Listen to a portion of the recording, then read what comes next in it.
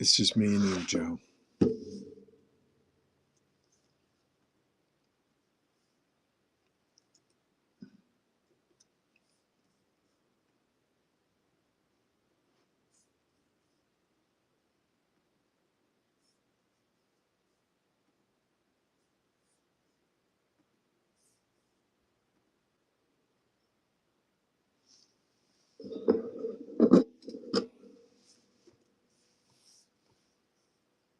Blah blah blah blah blah blah blah blah blah blah blah blah. Good times.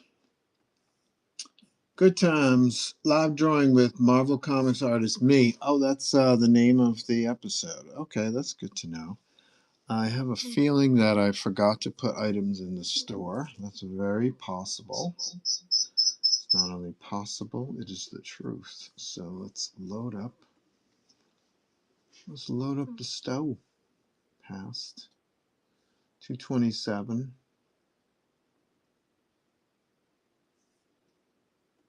Let's try that again. Past. Clone items.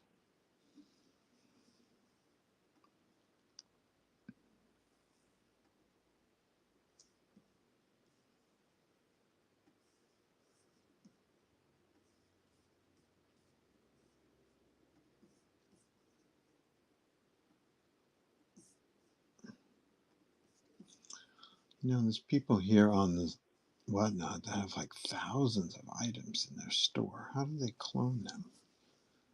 Do they have to scroll down 1,000 items? I'd love to see how they do that.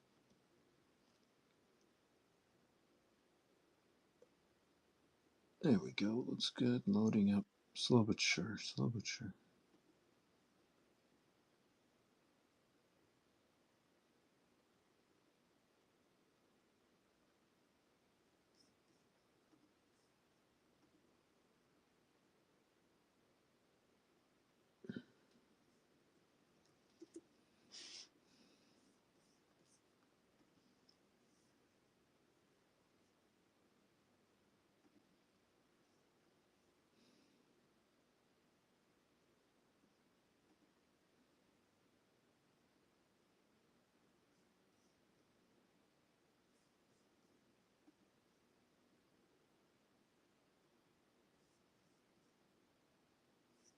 Hmm.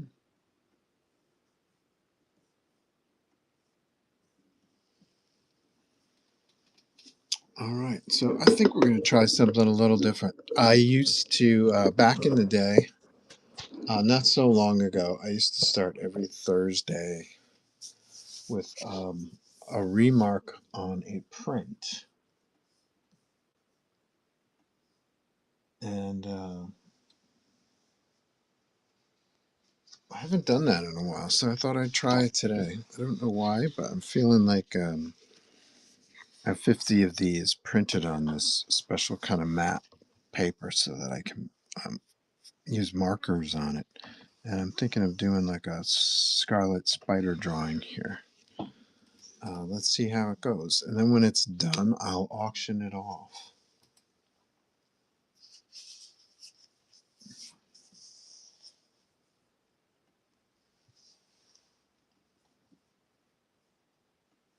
I haven't done that in a while. So let's see. Mm-hmm. Mm-hmm.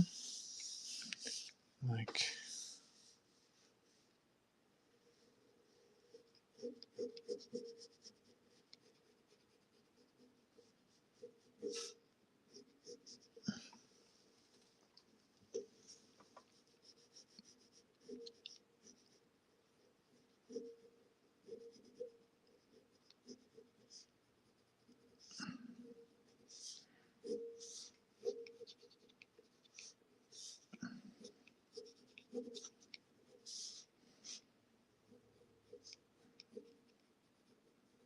I should probably get some scarlet spider reference before I start drawing, right?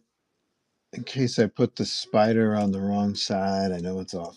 It's off center. I know that. Scarlet spider Original costume. Yes, I can already see I was drawing. However, this is a reflection. So my instinct was way ahead of my own conscious mind.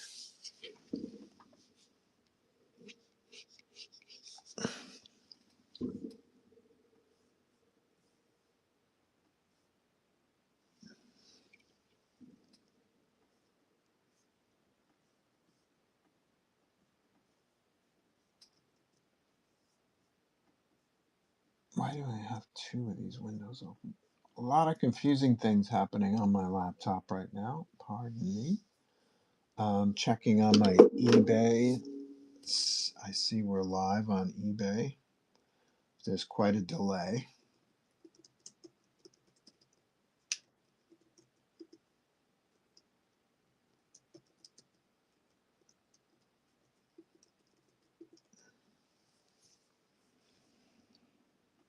Okay.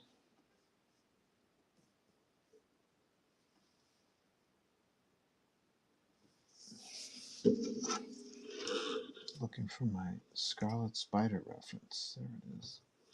Let's see. I like the shredded. I like the shredded sweat jacket hoodie kind of look. I think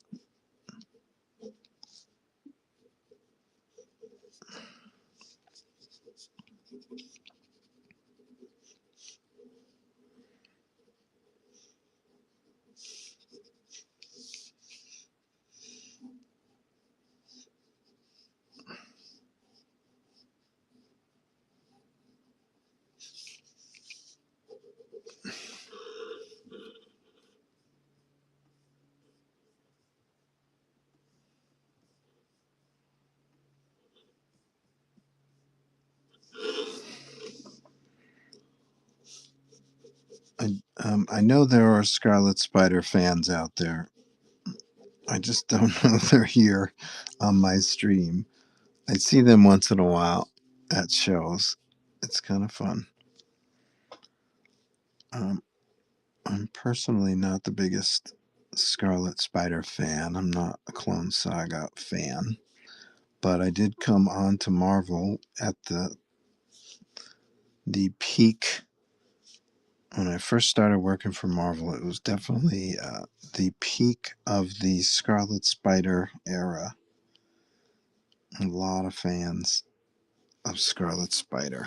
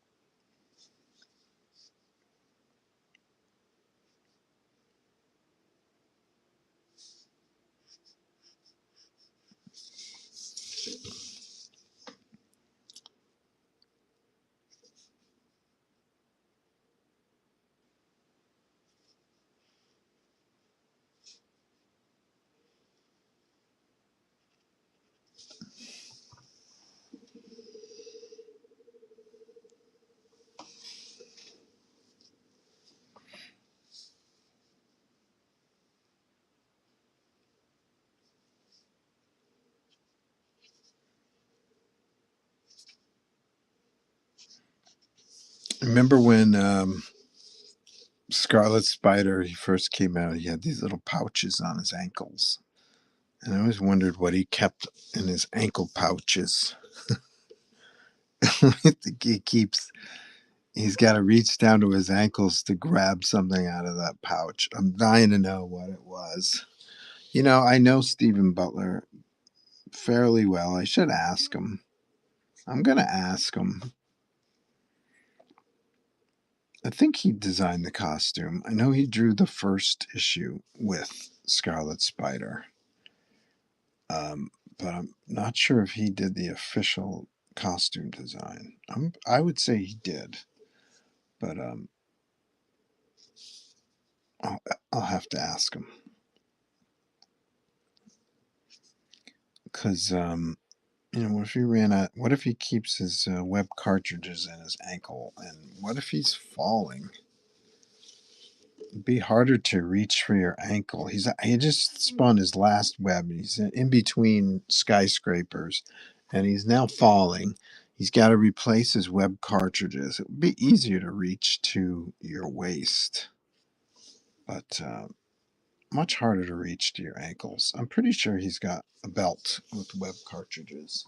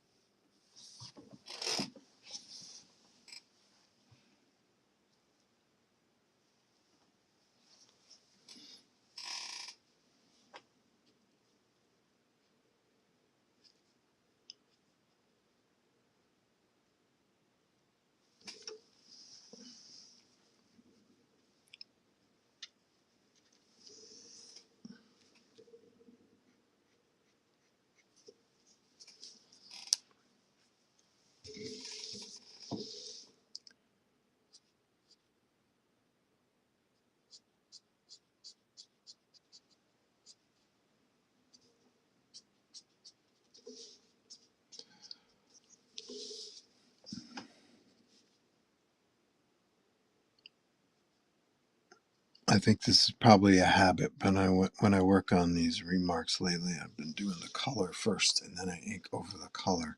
I'm not sure I have to do that with this paper, but it's just a habit, and it's just a different way to act, a different way to approach.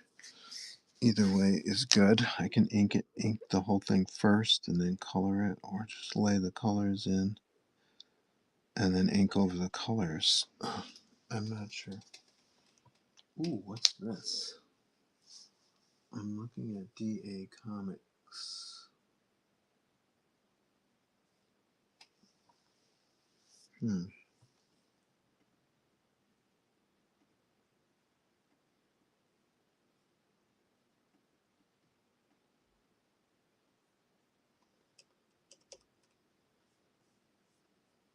That's going cheap.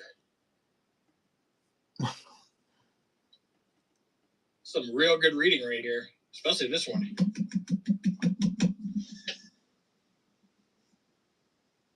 1, 2, 3.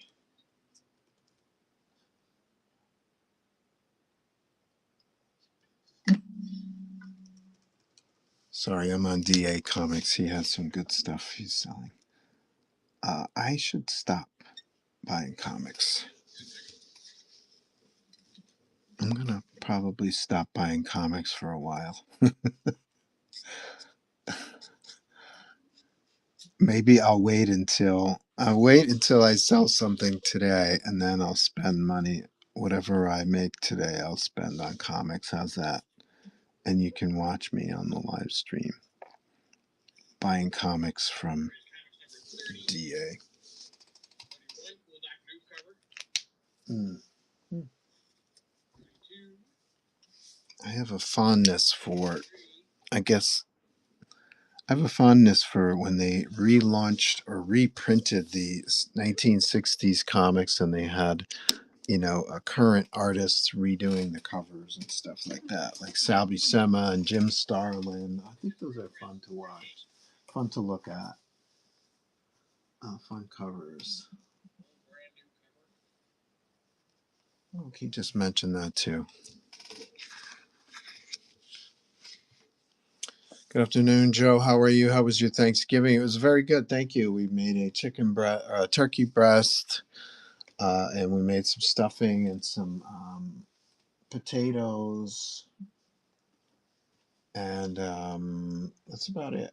And we still have quite a bit of turkey left over. I just made a turkey soup this morning.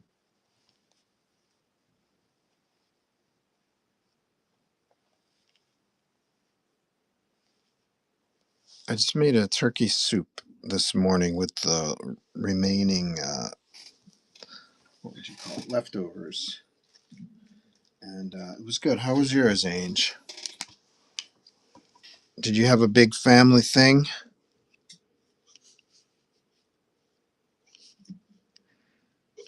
We don't have any family in our immediate area. Most of my family is in upstate New York, so we didn't see them. They were doing their thing.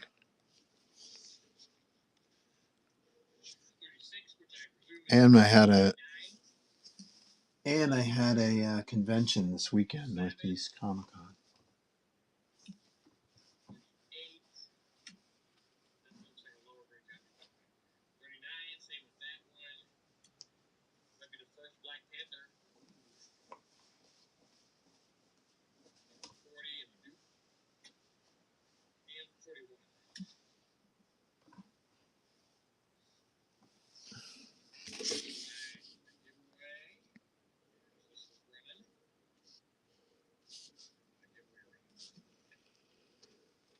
It was very good. Just me, the wife, and my two boys. Very delicious. We had some friends come from out of town that weekend too. Oh, that's cool.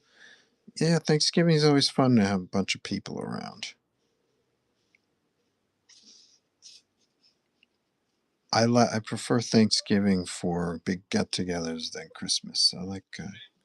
I don't know. That's probably how I grew up. We grew up. Thanksgiving was a big deal, and we had all the family come over and visit and stuff. And Christmas was mostly just the immediate family, me, my parents, my brothers and sister, and that was the thing. And then we would have parties like all Christmas week. Family members would stop by, but Christmas Day was just us. Oh, did I miss that? Damn it.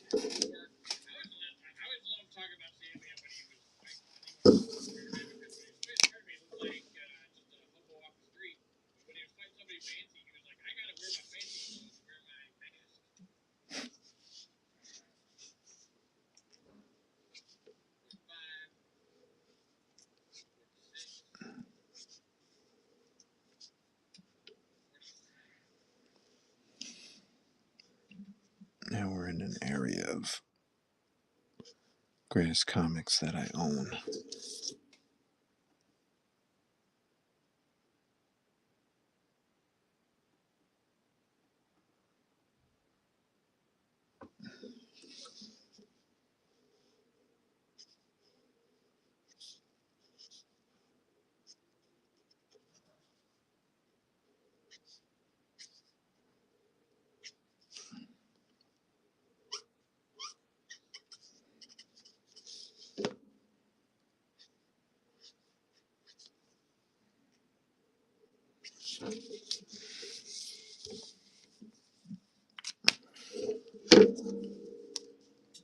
Also, one thing I gotta remember is not to use the black ink because this is a reflection, right? So if it's a reflection, you don't want the black line to be as dark as whatever is real. So I gotta. It's been a while since I did one of these remarks, so I gotta remember that.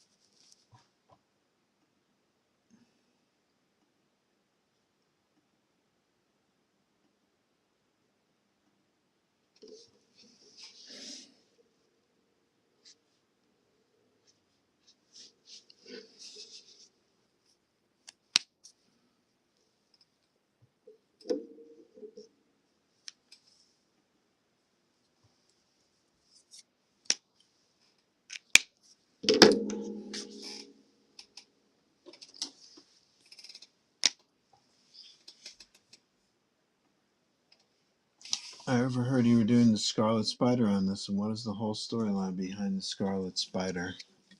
You mean this particular drawing or in general?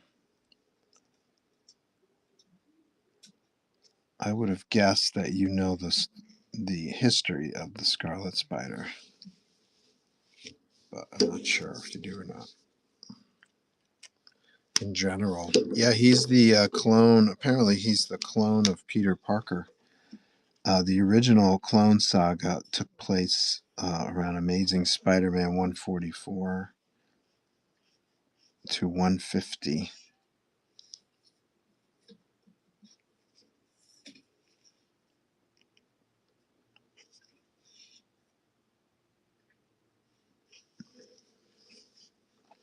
And I hated it even then. Just give away the draw. I'm going to little teeny tiny break. Give away a story while I'm going to draw this one real fast. Did not like it even then. Another one.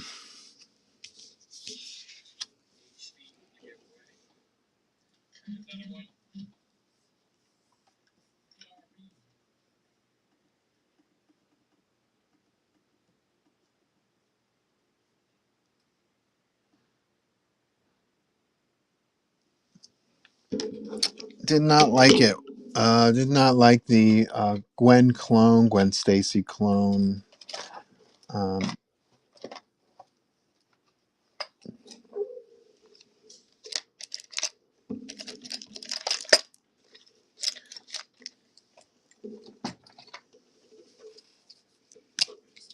I was a big fan of Gwen Stacy. I was very, very sad and angry and had mixed childhood feelings when she passed away.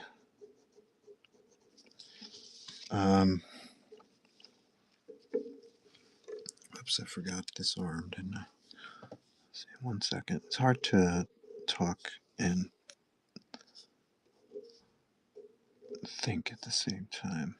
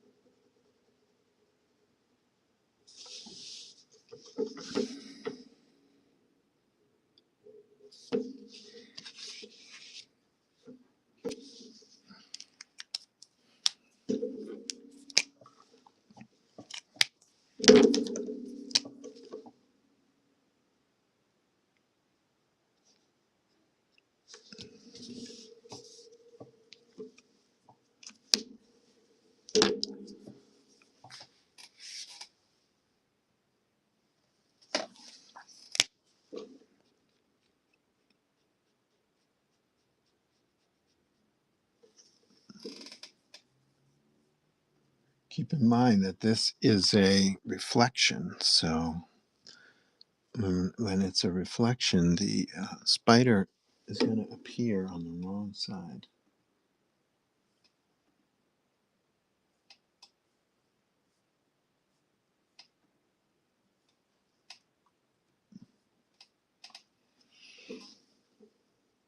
That's right, Tom Lyle used to draw one of the Spider-Man books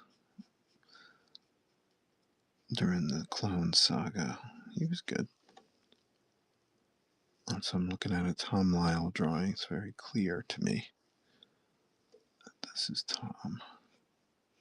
I met him once at Terrificon. He was a nice guy. I guess he passed away like a year later or something like that. Sad because he's pretty young. He was very, very young for his age, or for the time he passed.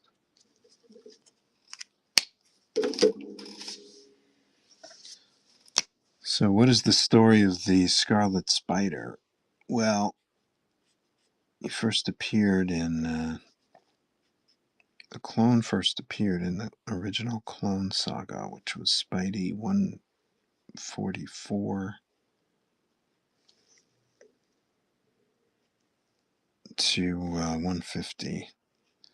And I guess the Jackal was involved. And if you watch the stream, regularly. You know how I feel about the Jackal. He's one of my least favorite characters, least favorite villains.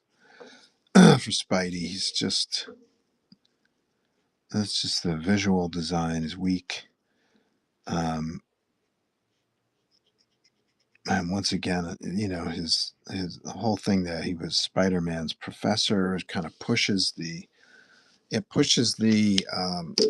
boundaries of everyone in Peter Parker's social circle is either a villain or connected to a villain. So it pushes that credibility for me even when I was a kid, and just so many reasons why I can't stand the Jackal. And so on top of that, he decides to to become some kind of master clone scientist. And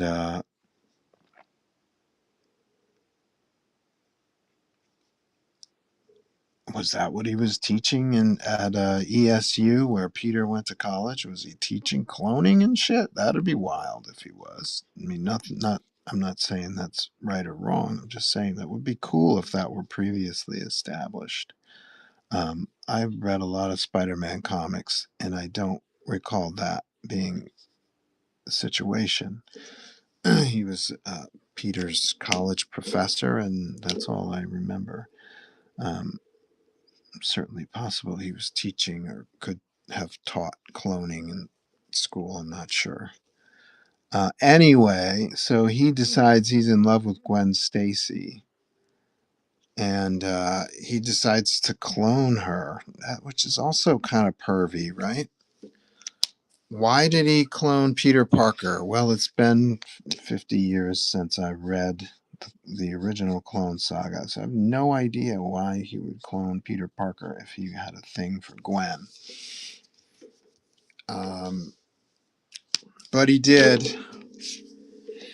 And so when even he cloned Peter Parker, somehow even the clone had the spider powers. And we won't go into the logic of that either. But he's got the spider powers. That's all that counts. And that's all that makes the story interesting is we got two Spider-Man running around, and they're going at it with each other, right? Thanks to the Jackal. So they went at it. Peter Parker won. I'm not sure if, again, I haven't read the original Clone Saga, issue 149, but I'm assuming that the the clone was unstable in some way and passed away during the fight with the Jackal.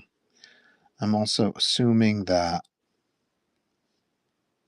again, I haven't read it in 50 years, so I'm just assuming, knowing my Spider-Man history the way I do, I'm assuming that Peter Parker and the clone teamed up to defeat the Jackal. So the Jackal is, I imagine, at least defeated, if not presumed dead. And then the clone dies in the process. So one thing I do specifically remember is the scene where Spider-Man carries his clone body to an incinerator plant. Excuse me. And he throws him down this really tall smokestack so his body will be incinerated. And then he has a minor crisis in issue 150 where he's not sure if Peter Parker's not sure if he's the clone. He's like, what if I'm the clone? What if the original Peter Parker died in the battle with the Jackal? And he comes to the realization that he's not the clone because he doesn't love Gwen anymore, that Gwen has passed. Gwen has passed away, and he's moved on with his life, and he's in love with Mary Jane. And so, if the clone were if Peter Parker were the clone, he would still be in love with Gwen. I'm not sure how that logic works either, but we're assuming that the clone was formed around the time that he was in love with Gwen. So now he's comfortable with himself, and he moves on as Peter Parker, and all is great. And the Clone Saga is over for a long time until the early 90s when Peter Parker is married. He's settled down, and the editors, powers that be at Marvel Comics, decide they want Peter Parker to be single again, that it's not cool to be married, and it's not something that young kids, young comic fans can relate to being married. So they decide they want Peter Parker to be single again, but they don't want him to be divorced. So they decide that in their infinite wisdom, they decide that all those comics you read since issue 150 of Amazing Spider-Man are the clone, and not the real Spider-Man. So all you guys out there who are such a hardcore fan who read Marvel Team Up and let's see, 200 plus issues of Amazing Spider-Man and 150 issues of Marvel Team Up and 200 issues of Peter Parker Spectacular Spider-Man and 20 plus annuals and 20 plus special issues and 20 plus giant size books. You were reading the wrong guy. That was the clone. Sorry. And the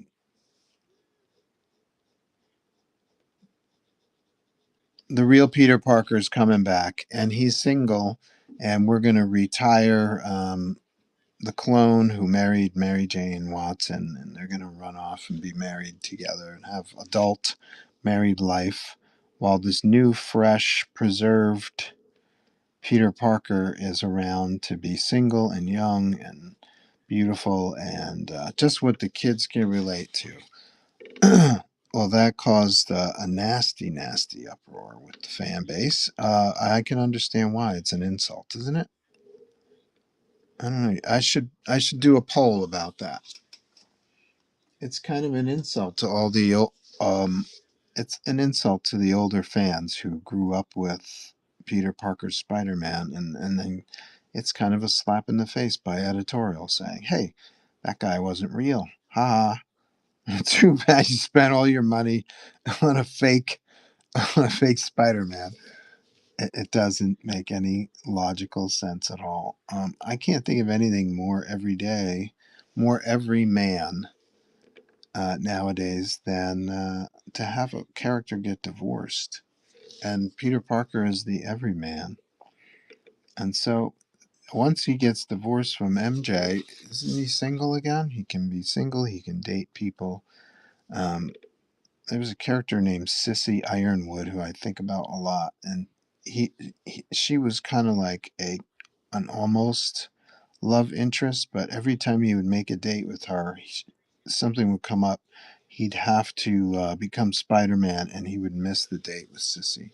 And I felt bad for the character because it happens so often that every once in a while I'll think about her because I didn't read a lot of the 80s Spider-Man comics.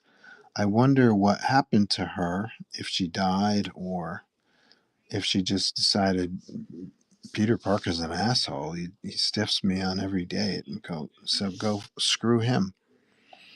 I'm just curious what happened to her. So if you guys know in the chat, please let me know. So he's free to date, and that caused such an uproar among the fan base that they had to kind of retro fit their intention. And so Peter's still married to MJ, and it's Ben Reilly who's the clone. And so they kind of retracted their intentions in midstream. But the other kicker was that people like Ben Riley, the Scarlet Spider, so much. The sales on the book really went through the roof. And so they extended the story. It was originally meant to be like a 6-month storyline.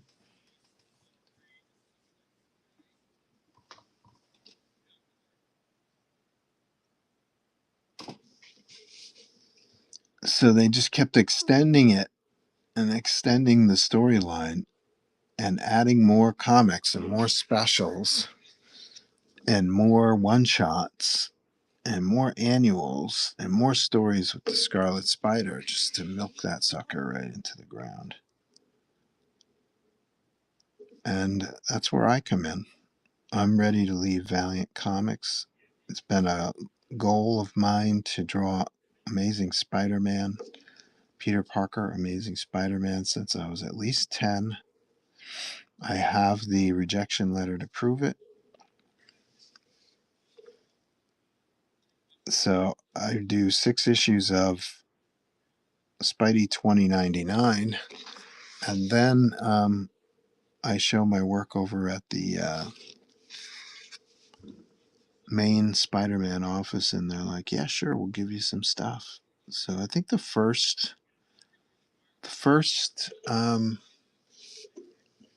issue I did for the main Spider-Man office, I'm pretty sure that was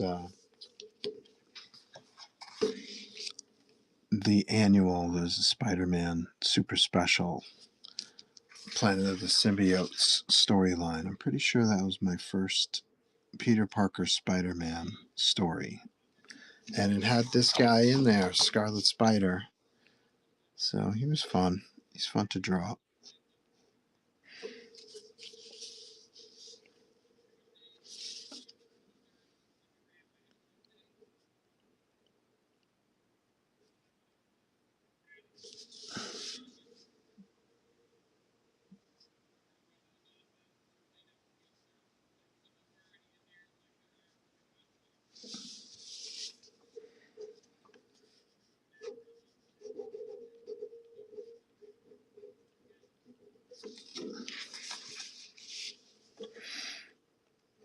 And then I guess something happened, and suddenly the popularity of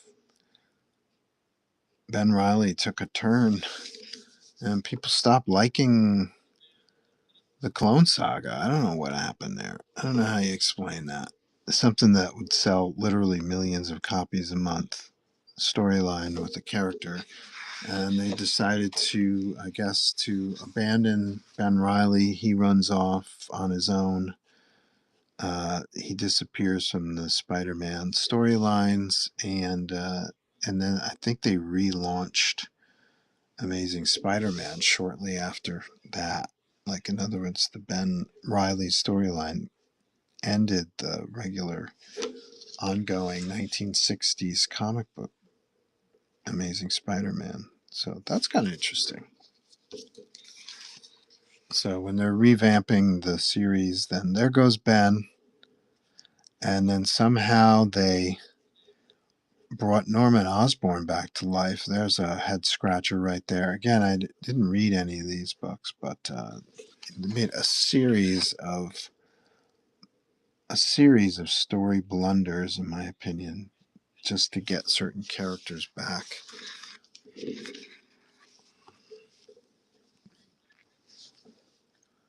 I mean, why couldn't you create another corporate asshole? Why does it have to be Norman Osborn?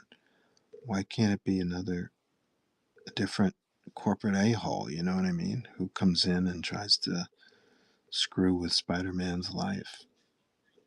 I'm not sure, I was there. I saw Norman Osborn's body get impaled by his own glider, which was pretty cool, pretty dramatic. And I'm like, the guy's dead. And then they carry him off the next issue in a stretcher. Guy's dead. His son even took his clothes off him. Like, when they found Norman Osborn's body, it didn't have the Green Goblin costume. i.e., Harry Osborn, Peter Parker's best friend, took off his father's clothes, his costume from his father's dead body, because he didn't want his people to know that Norman was the Green Goblin. He didn't want the mass public to know his father was a major criminal. And B, he had intentions to become the Green Goblin himself. So here's his son uh, stripping his father's dead body. He couldn't tell that the body was still alive. I don't know. Anyway, Norman Osborn's around. He's running around. They do a lot of odd things when you've got 60 years of history of a character. There are some low points, much like our own country's history. When you get 250 years of history, some of those years are going to be pretty less desirable to discuss. And so it is with comics and especially Spider-Man history. Does that help? Does that help, Ange? I talked about a lot of different stuff, but I think I covered the Scarlet Spider.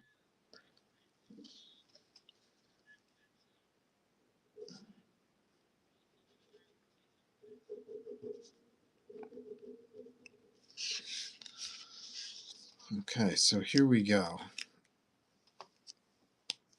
Remember, if I can't ink, I can't, my colors can't be too, the blacks especially, can't be too dark. Otherwise, you think this guy is living inside Spider-Man's skull. So we want it to look like a reflection of some kind. That's what I'm going for. Age says, you are an encyclopedia of knowledge. Thanks. Thanks so much. I'm an encyclopedia of trivial comic books. It helps to have read them it helps to read comics when you're excited about comics, because like when I read comics, I'm like excited to read them. So if one really turns me on or turns me off, it's cool. I seem to remember it better.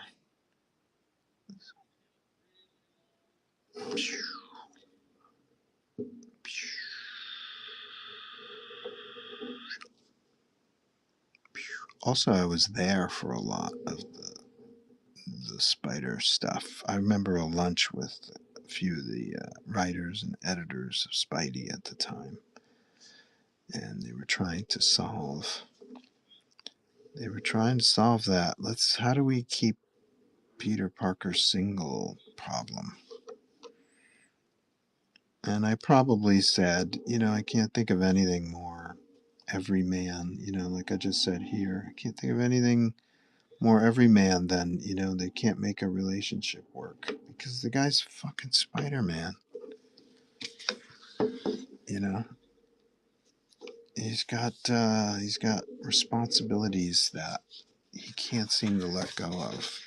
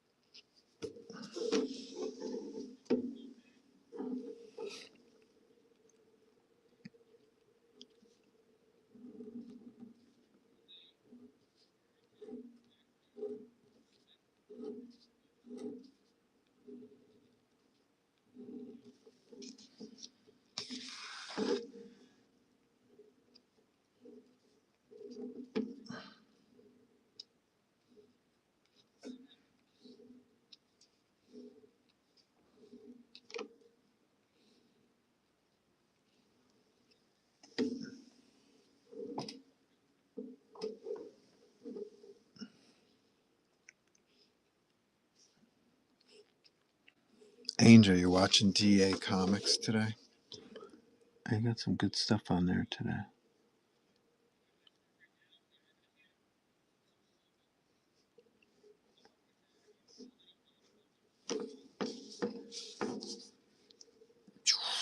Oh, this came out really well. What a shock. This is fun. I'm going to auction this off. You lucky buggers, you. I'm not going to keep this and hang it on my wall. No, I will not do that.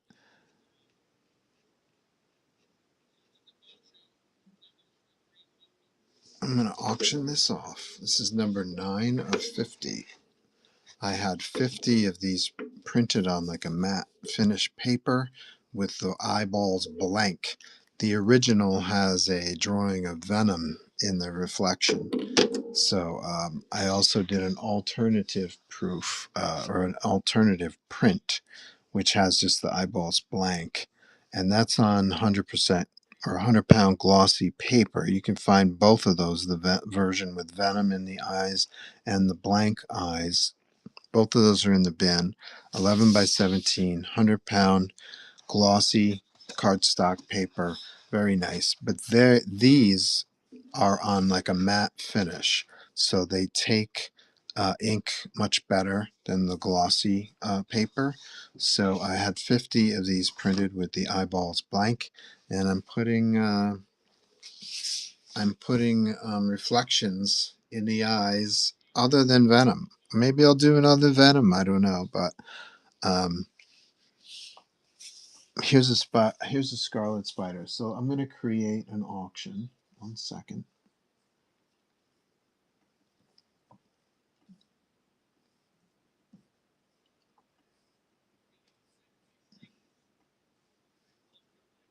Create temporary listing. Category art.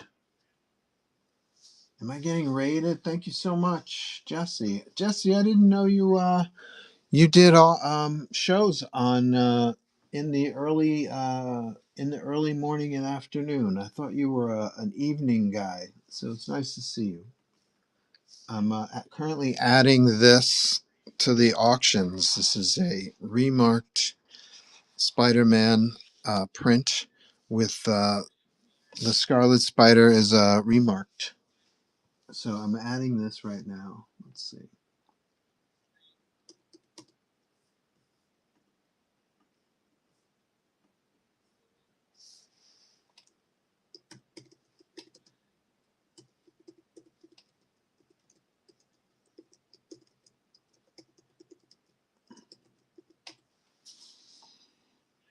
Let's see. Starting price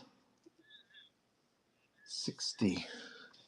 Something like this, I would charge somewhere between 60 and $80 at a show. So it's like getting a free print. This is near mint print. Shipping profile 1 to 2 pounds. Scroll down. Anything else?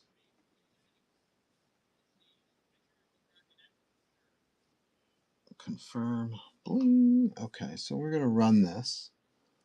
Um,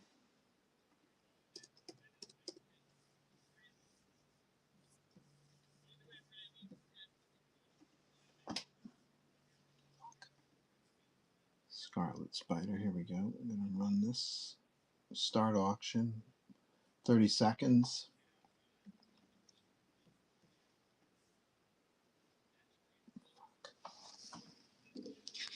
Okay. 30 seconds. Are we running? Yes. Anybody interested in a Scarlet Spider reflection on a Spidey headshot?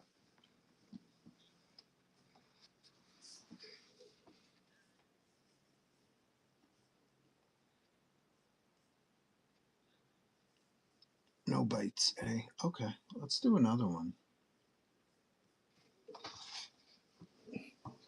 Hmm. Hmm.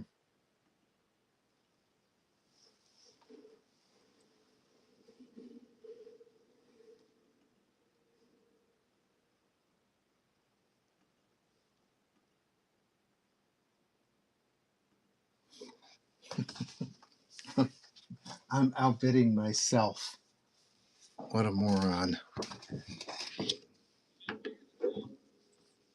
Outbidding myself. Oh, I've got the ADHD. Who are we drawing here today? Maybe the jackal. Oh, I hate the jackal. Should we do characters I hate today? No.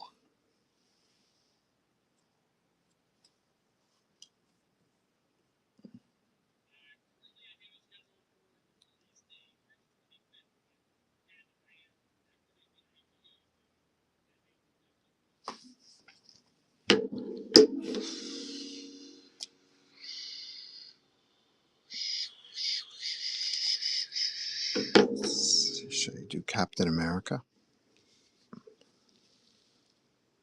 Are you on DA again? LOL. Yeah. Ah. I don't have the first 10 issues of Marvel Double Feature. I've just missed the first 6, but I caught 7, 8, 9. Let's see. I need to make some money to pay for my comic book bills. Let's see. I feel you. Let's see.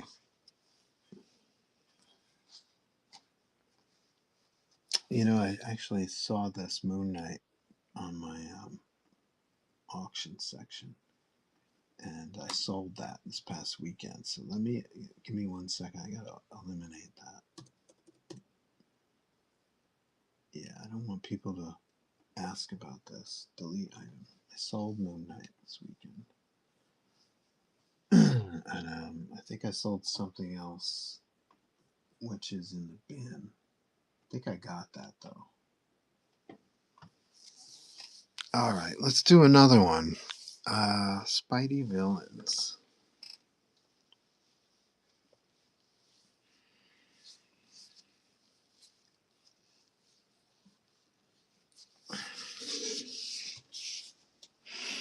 I did a Black Cat already. I did a Morbius already. I did a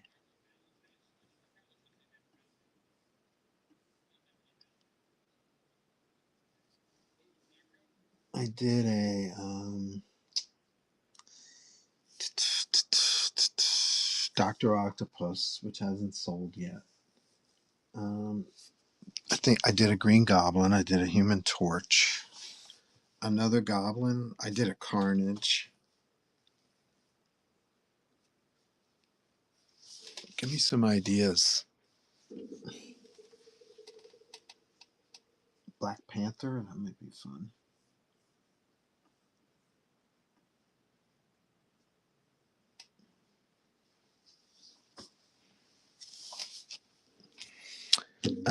Vulture. We love the Vulture. That might be cool to do like a vulture who's backlit by the sun, just like a silhouette.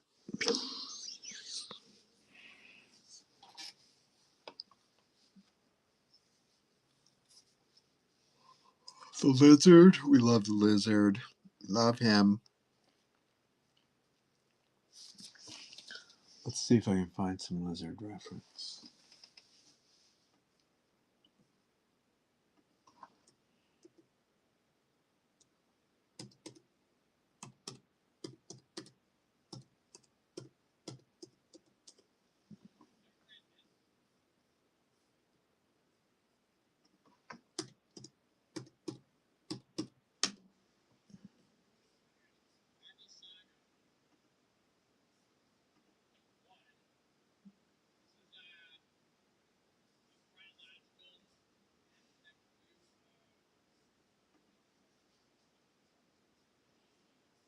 Mm. Boo. That's the lizard right there. And modern artist drawings of the lizard just don't seem to cut the mustard for me. Ditko, Ramita. They got the lizard down.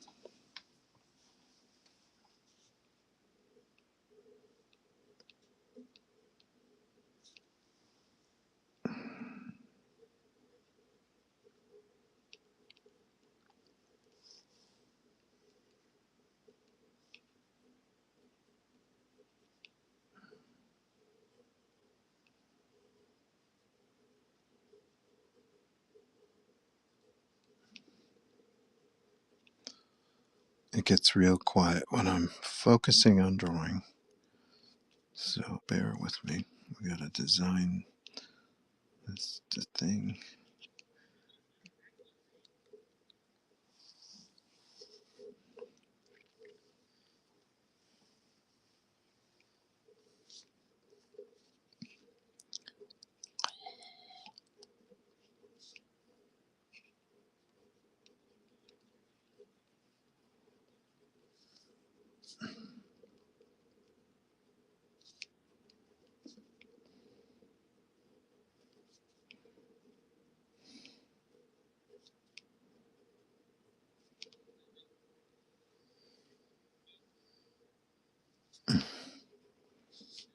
I love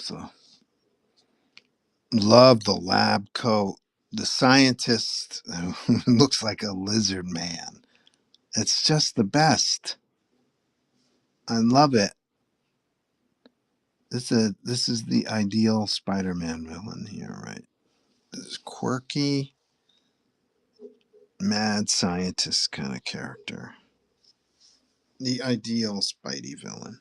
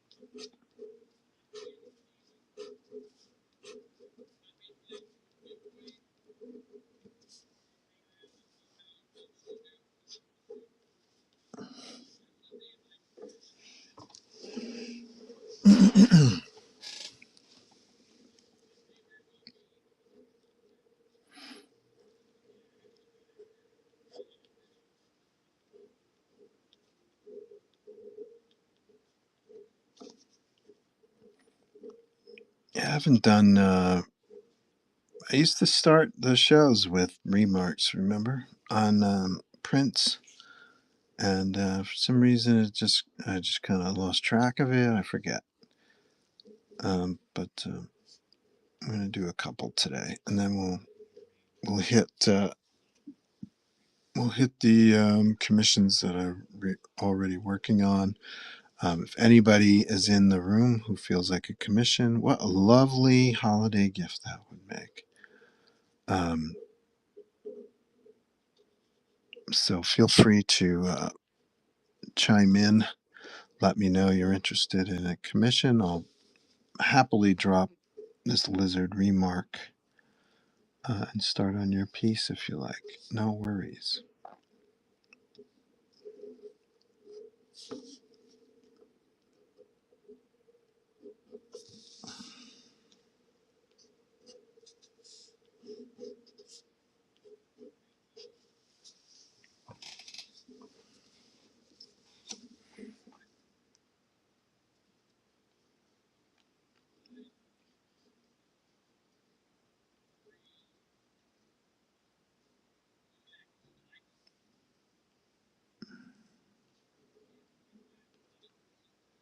Did it? I finally saw the Fantastic Four movie. Did you guys?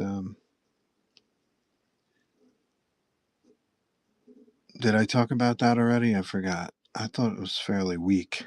Did you guys have any thoughts? Did you like it? Give it a 4 out of 10.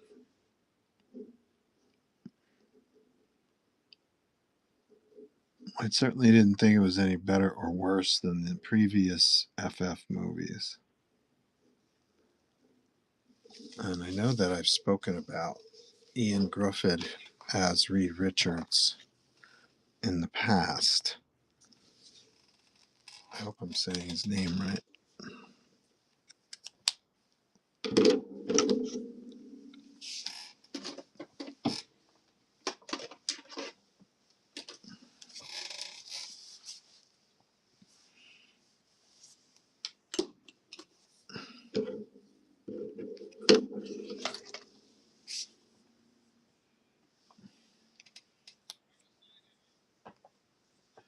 Also, I loaded up a game of Mental Metal. If we can hit 10 people in the room, um, we'll break out Mental Metal and start giving away more prizes for the holidays. Our last week's winner was, I know what he won, but let me get his name. I want to congratulate him. I know the name, I'm just going blank.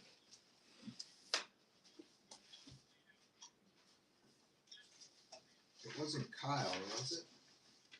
No, it was a new guy.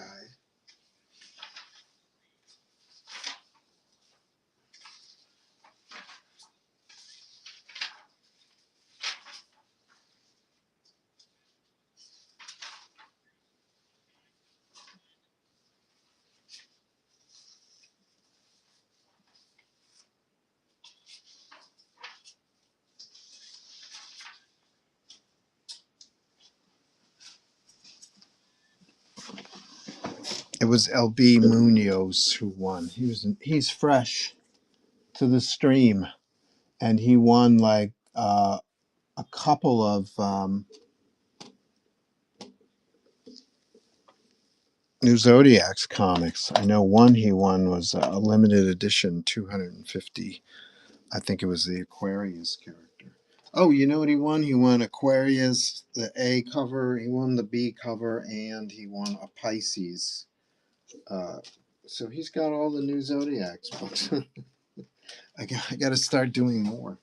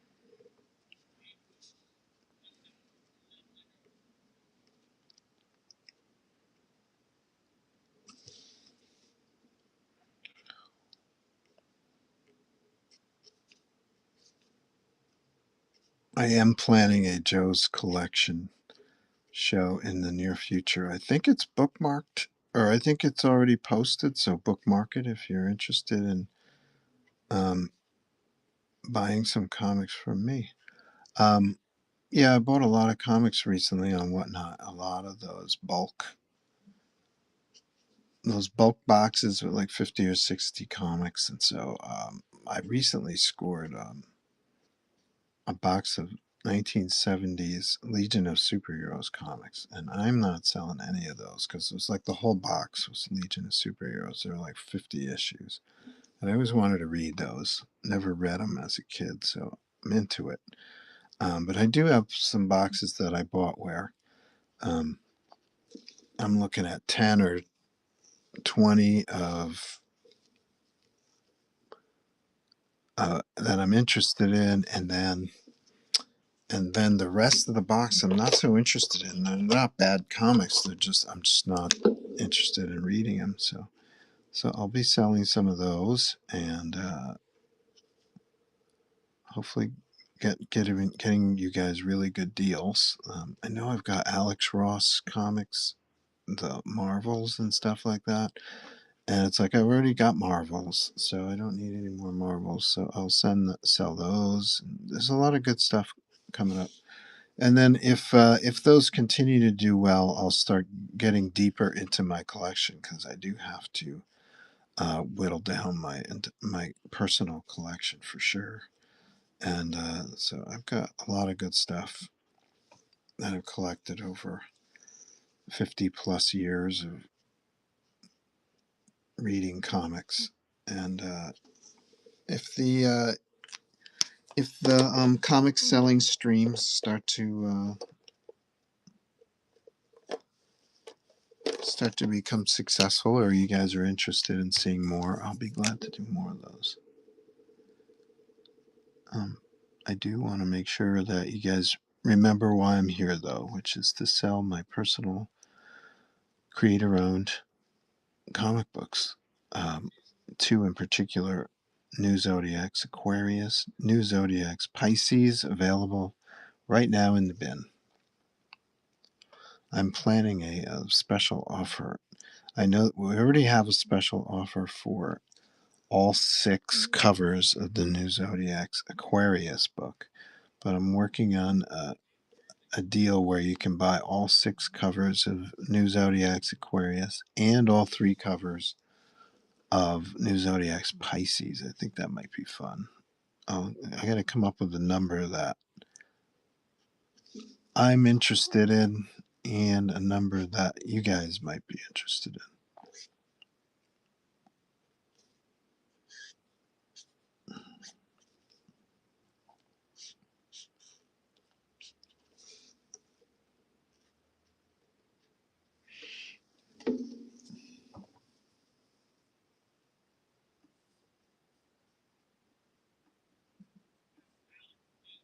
$1 for 8 comics. That's how you do it.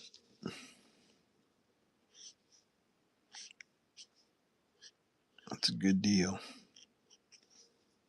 X-Men comics too. He's gonna get ticked though. I've been on DA's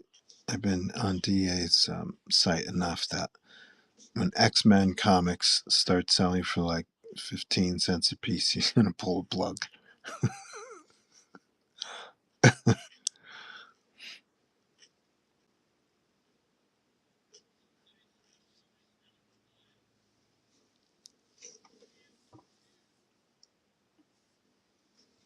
Shit.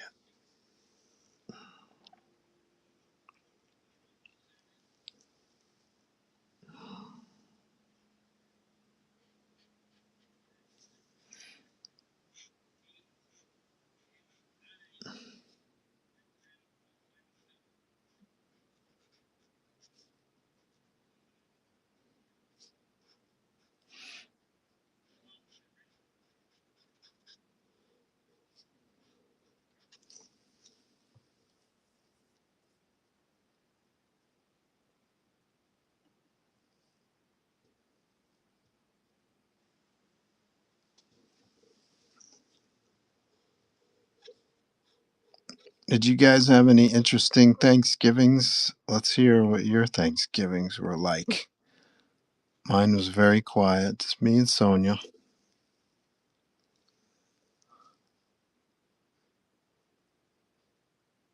But I did go to the Northeast Comic Con on Friday, Black Friday, Saturday, and Sunday, and that was a lot of fun. Got to hang out with my friend Keith Champagne. I don't know if you guys caught it, but we did a live stream on Whatnot from the convention. And Keith made some cash. He sold a couple of books. I'm very happy for him. Kind of worked out well for him. Anybody see that?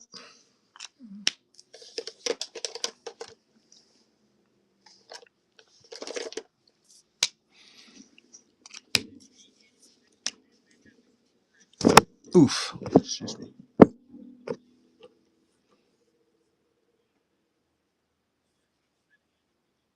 Sitting too close to the phone today.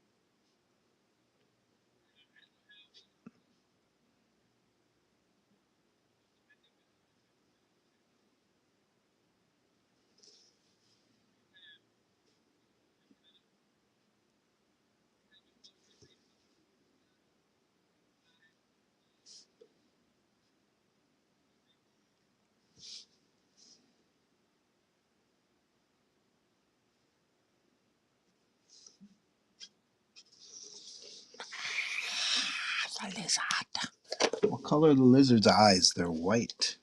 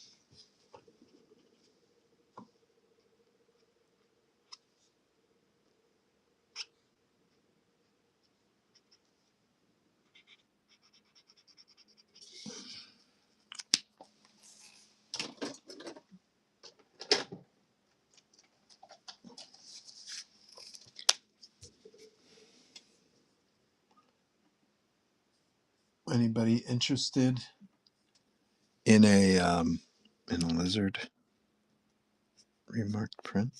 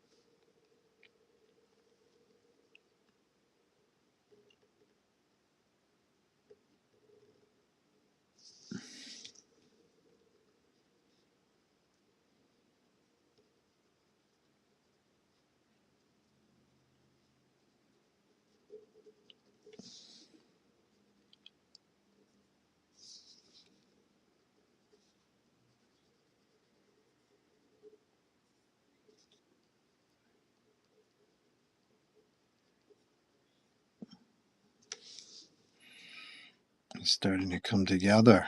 The lizard. You're looking like something.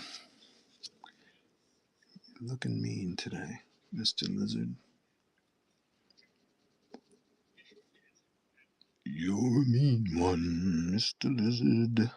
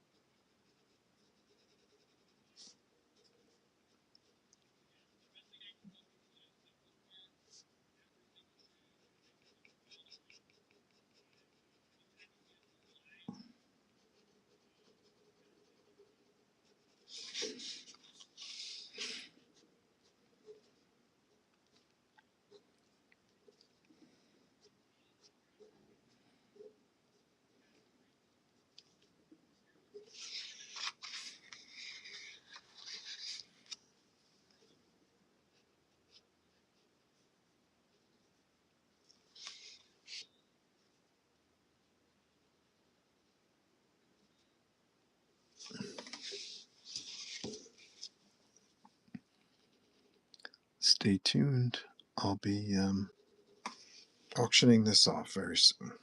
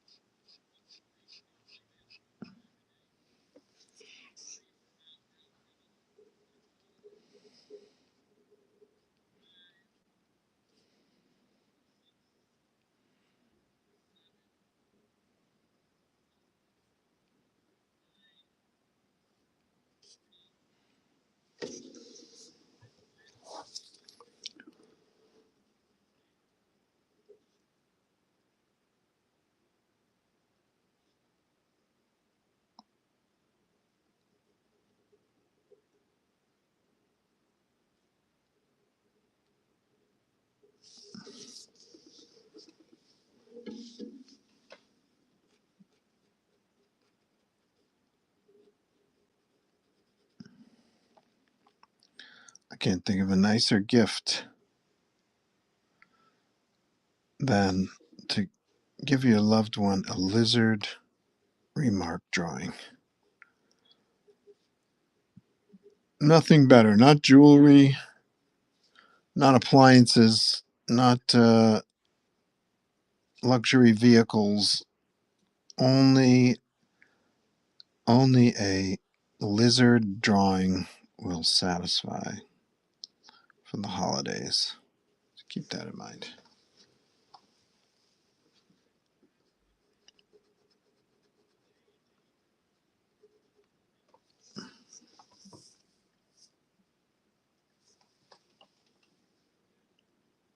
I don't know, I'm just in the mood for drawing blobs of saliva today. I'm not sure lizards have salivary glands, though. This could all be biologically incorrect.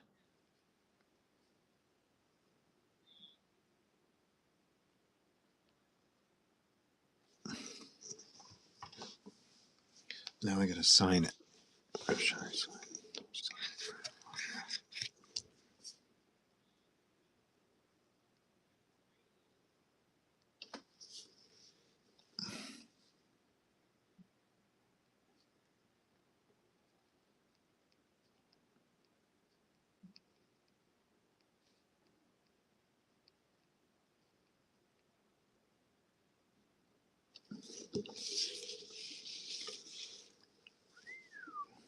Sexy.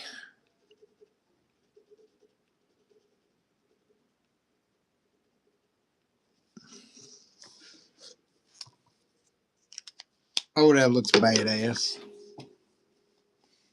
Oh, that looks badass. Today we're going to post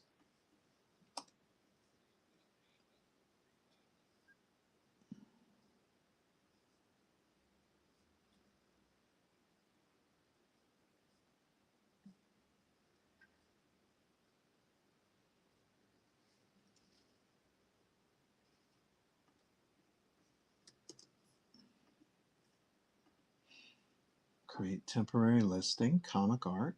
Great. With lizard remark.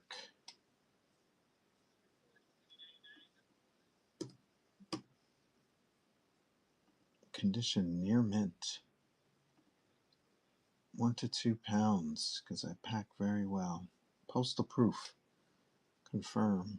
Bling. There he is, the lizard. So I'm going to add some white highlights, especially around this finger here.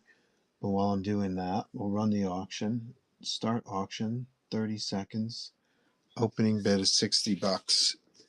If you were to meet me at a convention like Northeast Comic Con, this would be 70. So save yourself $10 today.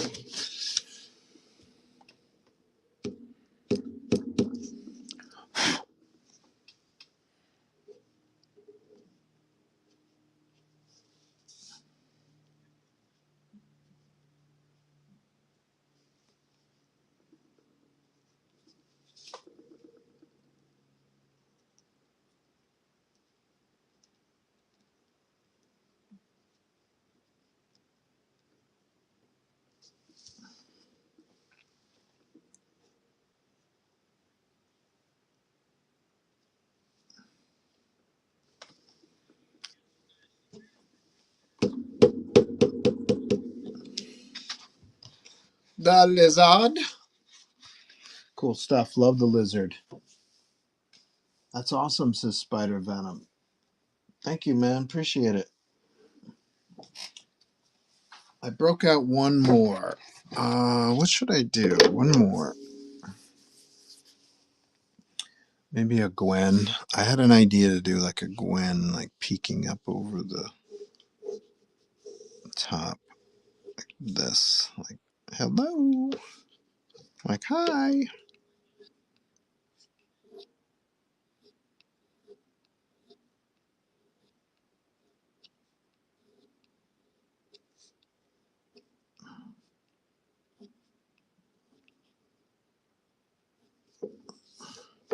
Need some reference for Spidey Gwen.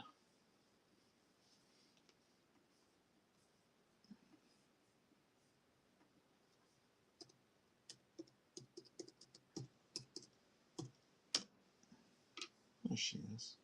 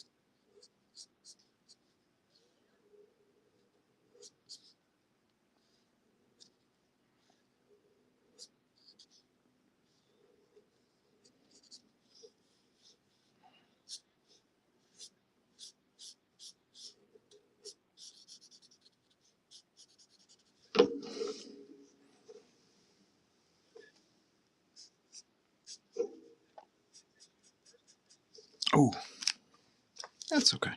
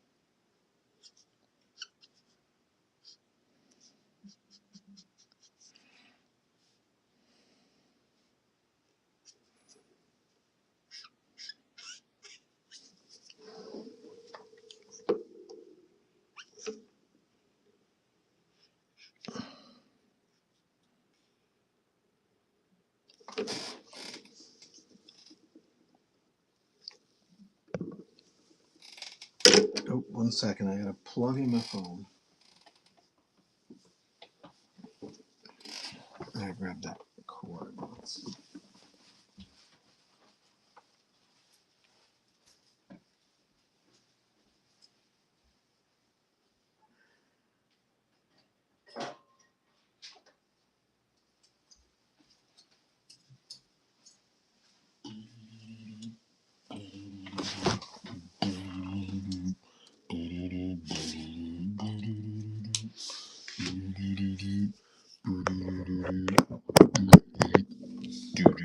little Spider-Gwen action today.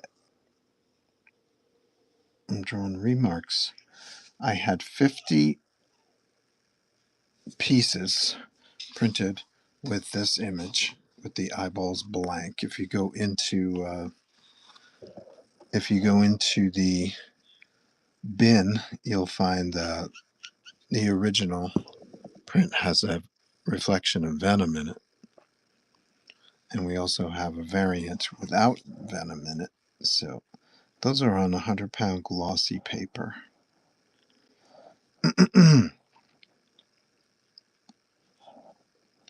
These 50 prints that I printed with the white eyes blank, these are on like a matte finish that takes marker ink very well. So I'm doing remarks inside Spidey's eyeballs.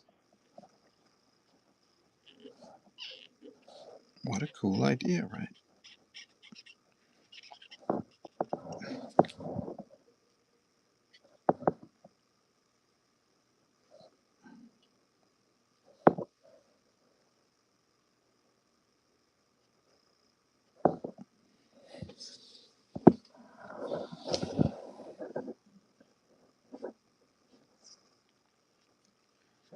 And then there's a curvature in the lens here, so I'm going to try to reflect that in her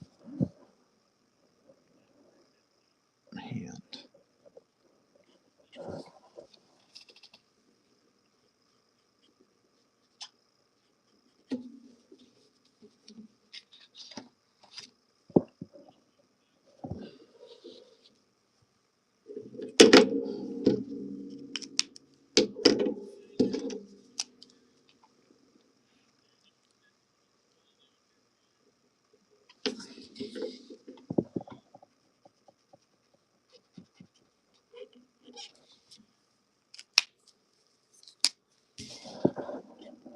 Oof, I'm going to replace that.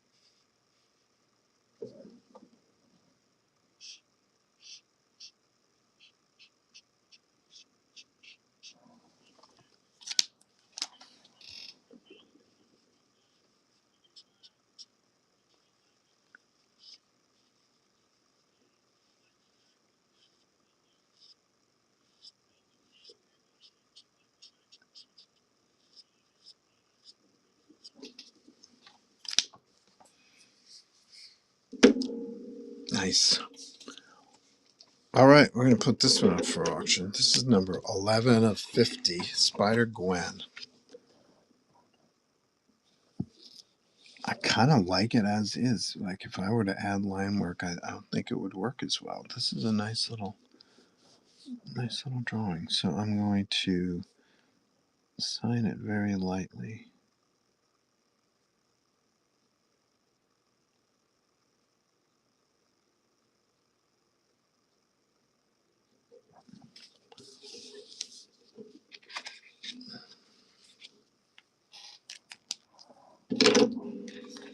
She's like waving. She's like, "Hey, Spidey, what's up?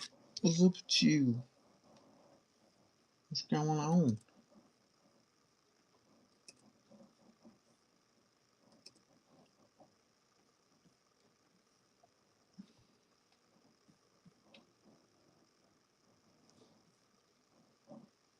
It's 6 people in the room. Thank you for joining me today.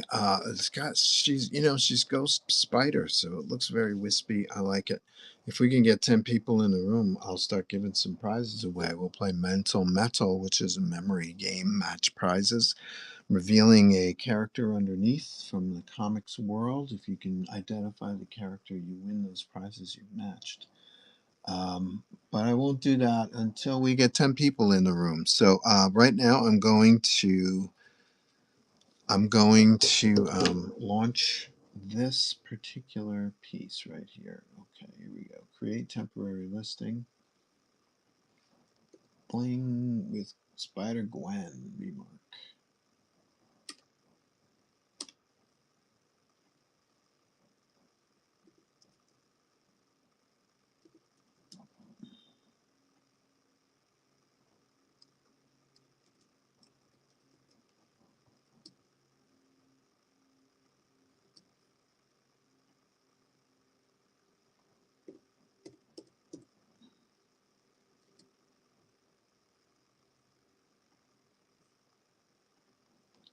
$11.50.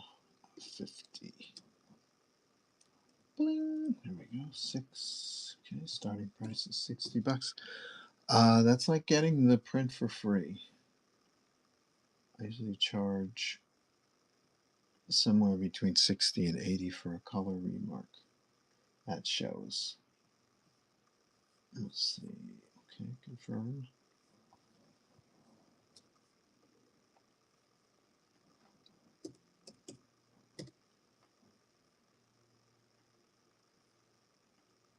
Okay, 30 seconds. 30 seconds for Spider-Gwen remark, reflected in Spidey's eyes.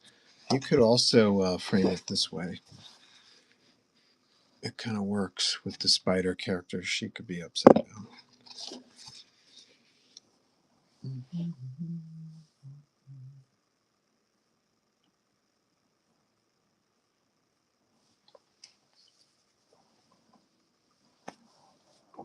No bites.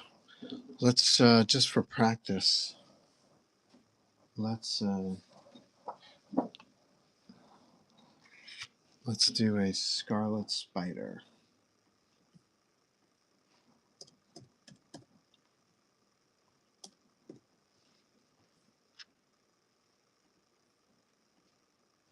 This one is 9 of 50.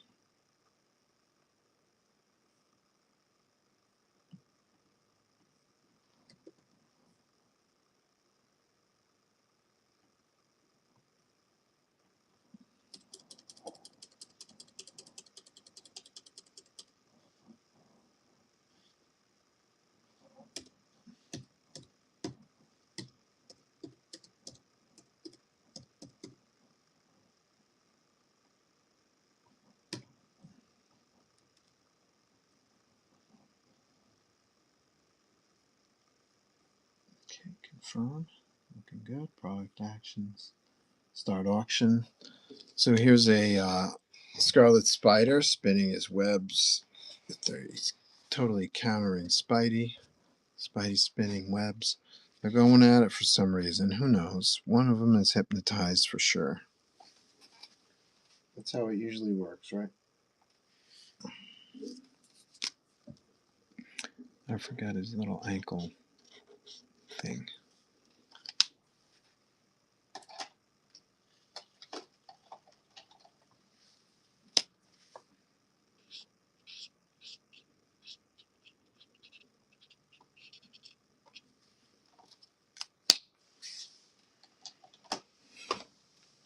No bites on Scarlet, and then we'll launch the lizard one more time too, because we love the lizard here at Joe's house. Let's see.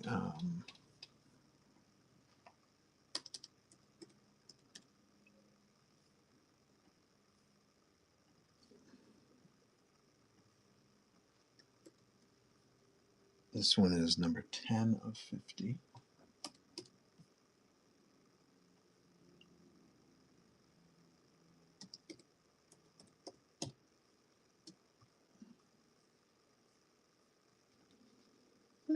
Here we go. 30 seconds for the lizard.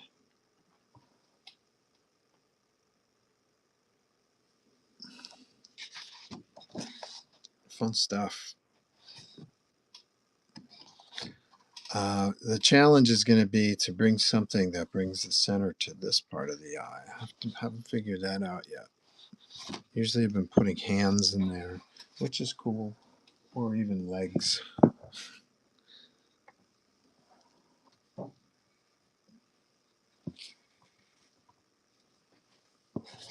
No worries. That was fun. That was a good little 2 hours worth of fun. I'm gonna finish this guy.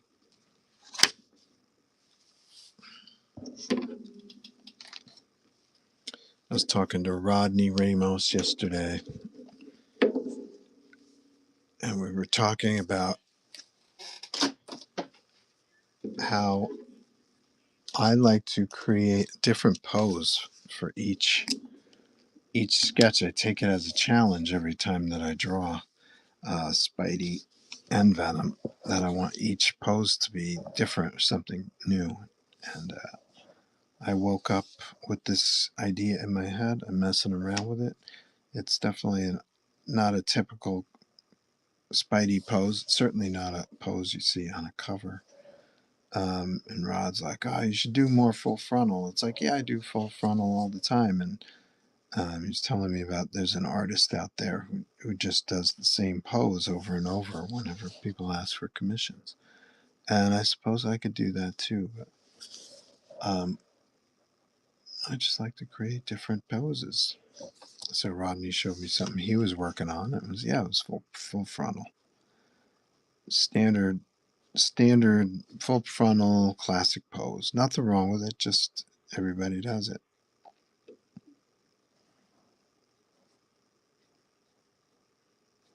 You'll get a full frontal pose from me at some point, but for the time being, I like this one.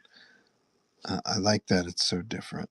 And I'll probably add a background in it, even though that's going to make it more expensive. But it feels like we need a cool kind of fisheye lens background. The buildings are kind of twisting and turning with him. I think it'll really help sell the piece. But I will put it up for auction when it's finished.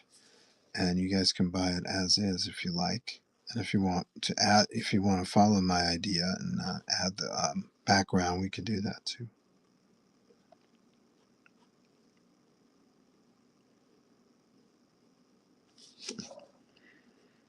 Well, what do you guys think? You like the standard full frontal pose? You can always do plenty of those. I've got 3 short boxes, mostly full of Spider-Man blanks or Venom blanks. Let's see, what do I got? I bought these from storage. I've got this one. This is the freshest. And I got this one. I got Venom. Brought a few of those. The Deadpool, X-Men.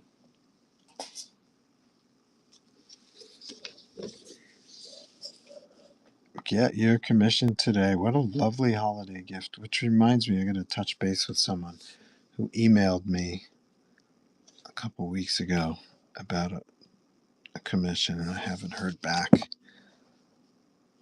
Also, I owe a guy a commission from my very first Kickstarter for New Zodiac's Aquarius. And he disappeared on me for a couple of years. And he touched base and he's like, "Hey, I never got a commission." I was like, "Well, you never got in touch with me."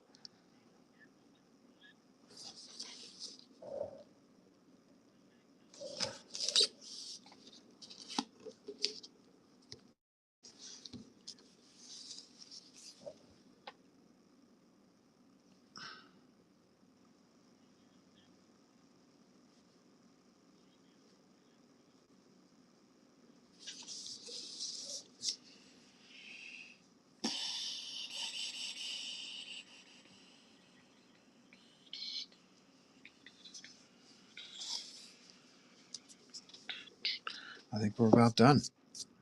Cool. Some white out up in here would be good.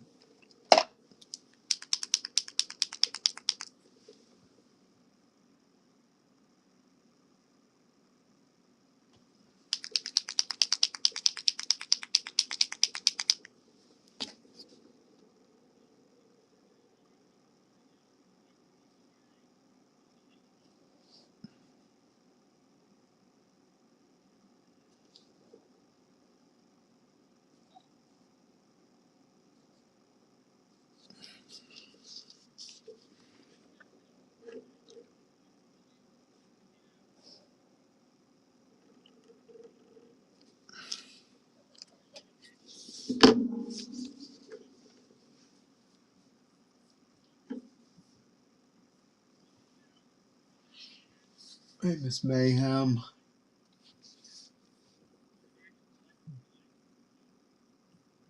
All right, let's see. Figure. There we go. 30 seconds. I'm going to touch up this hand and some webs up in here, but this guy's pretty much ready to go to somebody's home. If it doesn't sell, hello. I'll keep adding value to this sucker. I'll add a background, and you'll end up paying even more for it. Or you can purchase this and then purchase the background like I intend to draw, and it'll still be yours.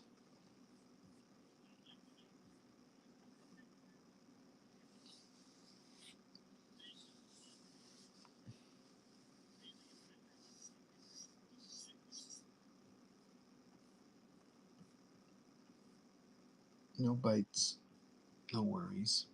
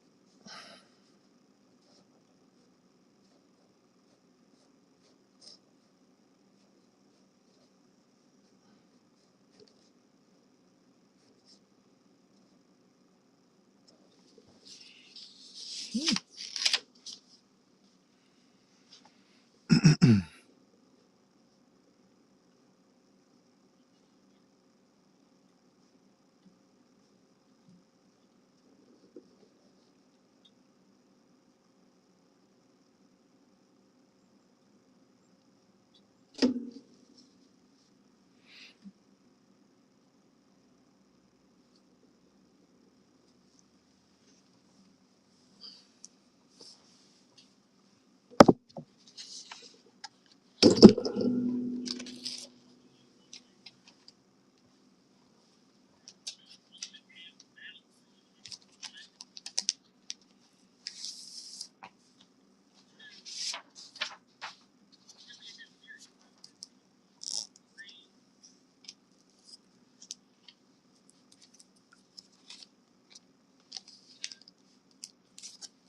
thing I just realized I forgot to do is my signature.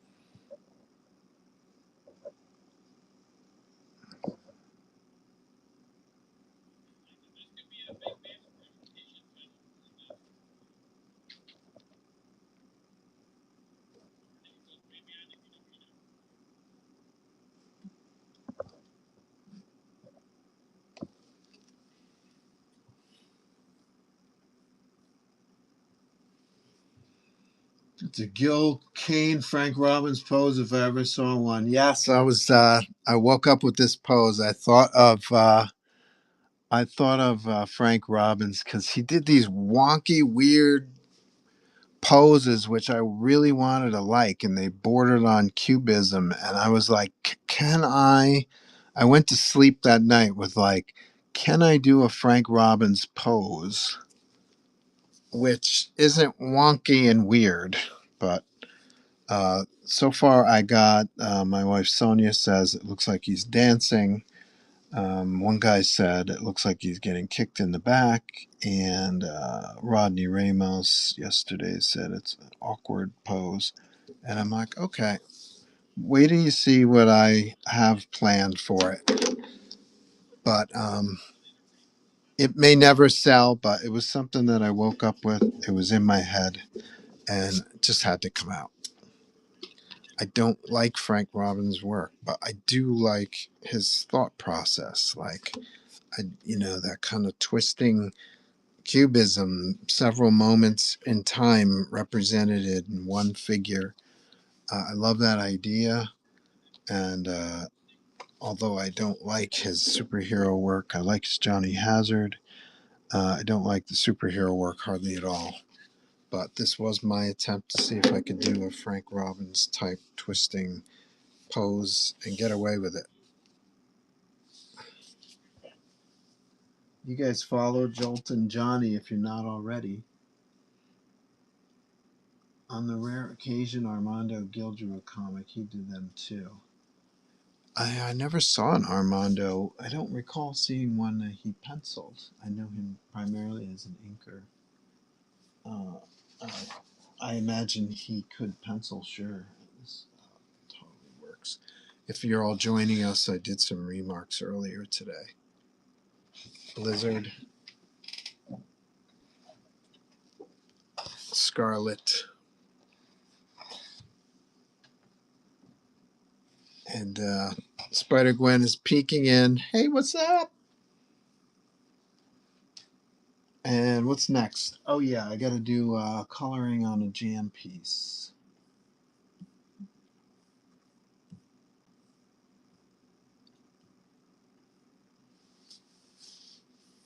Jolton Johnny says, I mostly agree with you. Love his non-superhero stuff. He drew some Conan and Kazar stuff. Armando did. Was that during the direct sales series?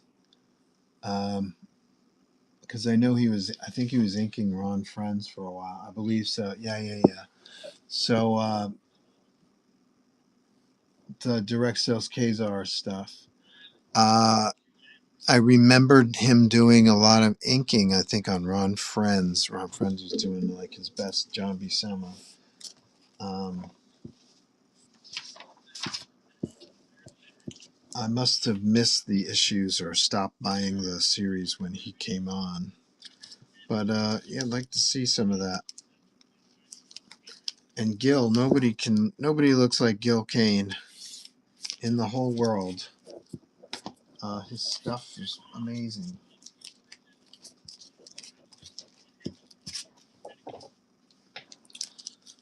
Um, let me do some drawing. Here we go.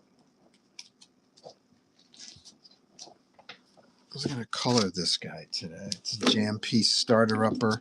You buy this and then you take it to your favorite artists at the next convention you go to and you have them fill in the spaces that I've designed into the piece. A lot of people just frame this piece as is. They don't get other people to do it. Um, that's okay too. Other people get me to fill in the spaces. That's okay too. I'm probably going to color this today, I'm thinking.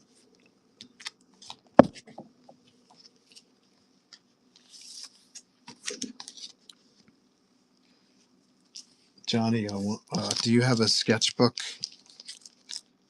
yet for sale that you sell at shows or through your website or anything like that? Because I want to show you the way not to do it.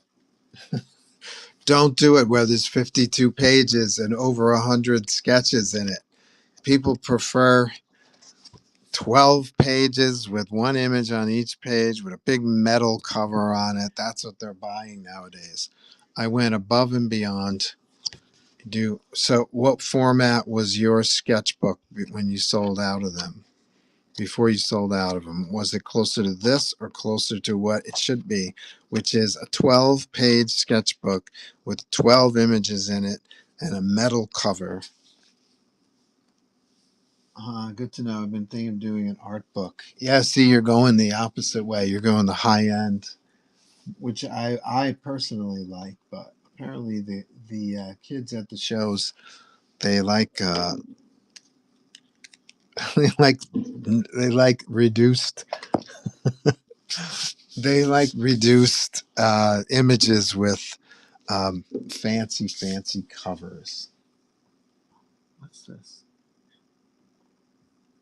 I'm also simultaneously watching DA Comics here on Whatnot to see if they're selling anything cool. And that's why I'm here today, to make money so I can buy more comics. All right, so I'm going to color this.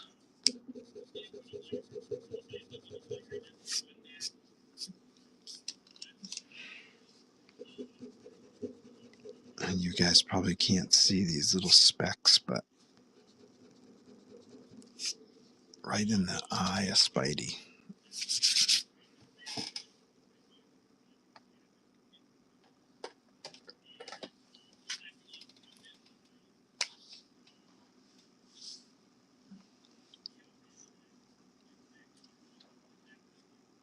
It's about 32 pages, including cover, saddle stitch, 11 by 17.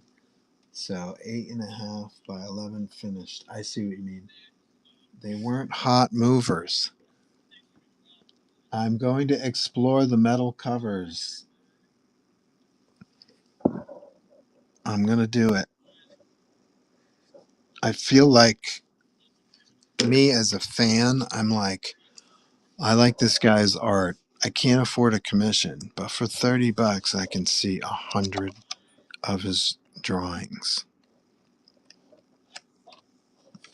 And that's what I would like to read or look at. But the ones that I hear are selling well. I talked to Ron Leary at Most Excellent Comics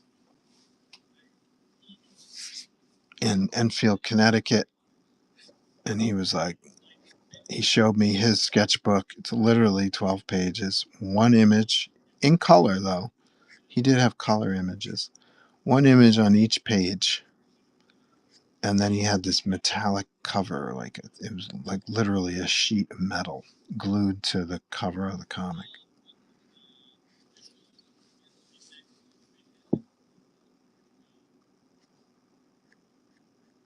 And he's like, I got 3 left.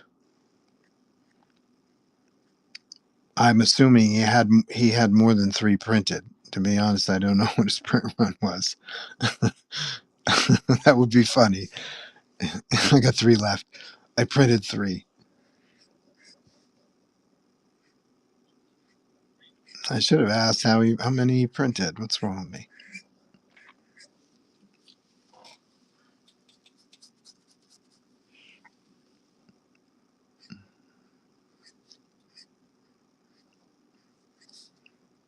Anybody interested in this? It's going to be $150 in color. You can buy it right now and watch me color your very own piece.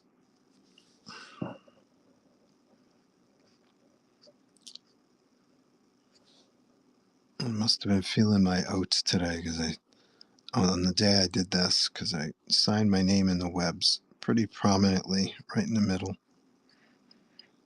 I think once I color it, it'll be more obscure.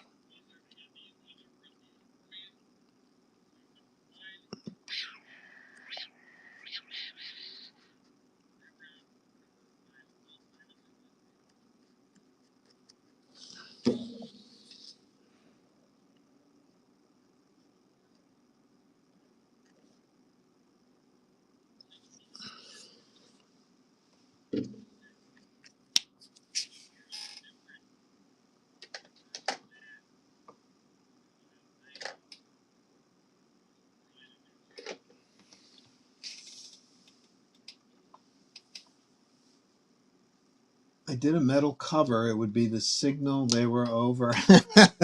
I feel that way too. I totally feel the way. By the time I get on the bandwagon is gone. It's done. I'm so resistant to some of these things. I'm a comic reader, man. I like to read things. I don't like putting comics in cases and plastic cases. I don't like goofy covers. I like comics that I can open up and read and look inside. And by the time I accept all these other fads, they're done.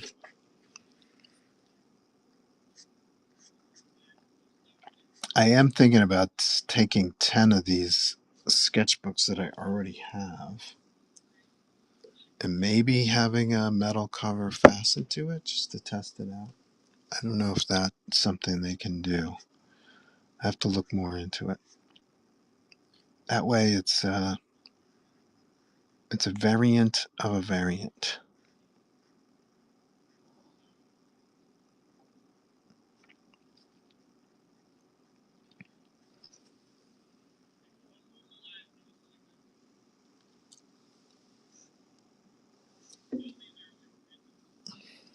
So tell everybody about your stream. Are you still doing it regularly here, Johnny? Let everybody know what's going on your stream. Are you pretty much a sketch, get a commission kind of person? You have comics out. I know I have a few of them. There's the Edgar Allan Poe, right?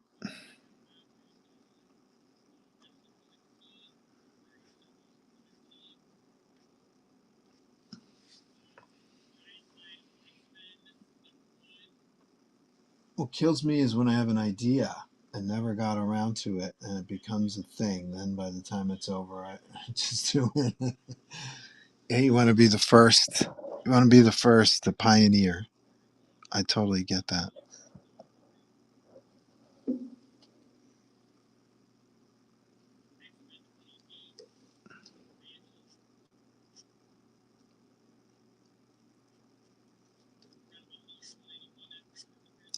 The only things that I do that I think are um, cutting edge or never been done are my comic art storytelling. And I finish a page and I'm like, I've never seen this before, but no one else seems to give a crap about it.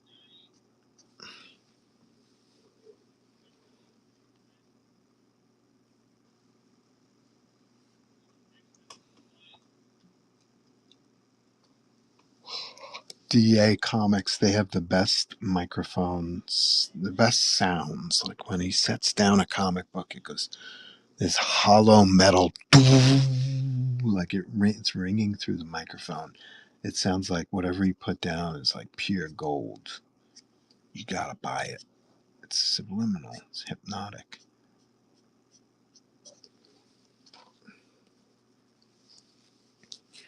I'm trying to come up with different themes on my more recent streams rather than drawing just drawing cold commissions and then hopefully selling them on the stream. I did one stream which was like remarks. Like I would do, I'd grab a dozen comics and do these remarks on them. We'll probably do that again. Then recently I did a stream that was all 5-minute sketches. I make sure to label them 5-minute sketches because, you know, they don't all look complete. Here's an example of a 5-minute sketch right here.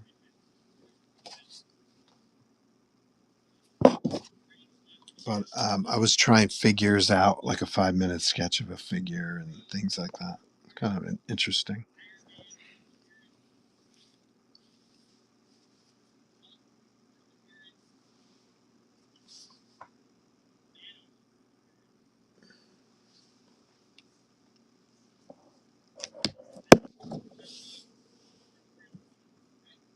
And that those two streams were inspired by. It looks great. It's way too slow. Oh wow, there's a lot of writing here. Hold on. Yeah, I stream Tuesday, Thursday, and Sunday request shows. When I do a stream, that's just a drawing. I want to do. No one wants it, and I'm tired of giving them away for nothing. Me too. I wanted to do a coloring book for ages. Then they became a thing, and I still hadn't done it. Yeah, yeah. I saw the coloring fad. I caught it on the downward slope, and I pitched it at my agent to see if we could sell it to someone with some of my own work. And then the Marvel and the DC coloring books came out, and I was like, never mind. I could never sell my own characters in a coloring book when I'm competing with Spider-Man and Superman. I just started doing cards after resisting it for ages. Yeah, I've done about 800, almost 900 cards uh, for various card companies and stuff like that. I'll do them here if someone asks, but I don't just do them on my own. Maybe that'll be one of my themes, actually. Thank you for reminding me. Maybe a sketch card theme show. Thank you for discussing that.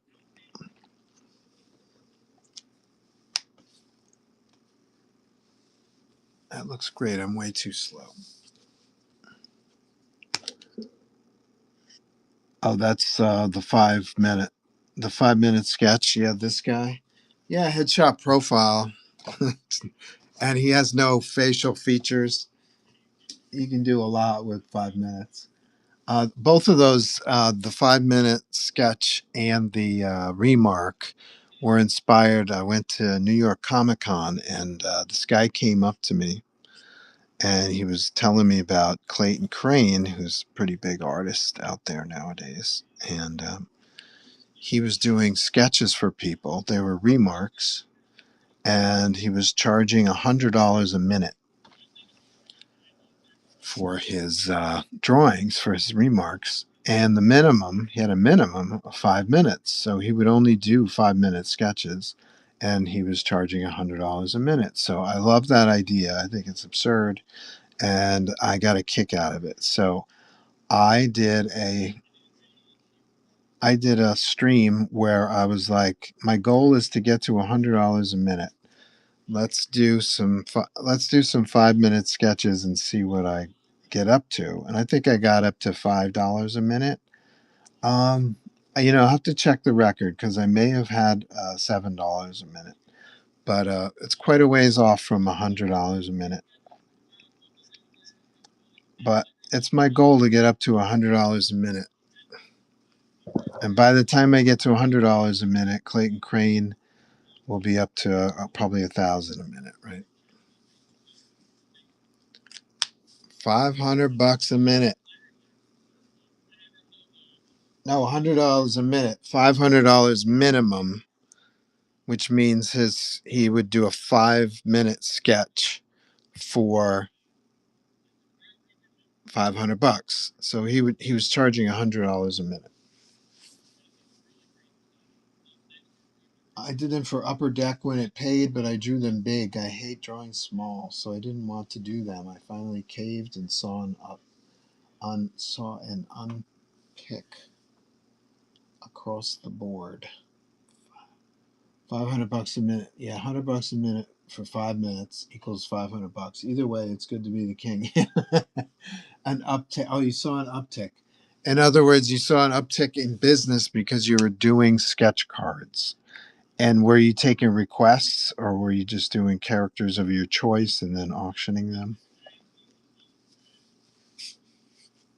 I mean, I'll take requests here all day long. People don't request here on my stream. Once in a while, we'll get a few people pop in.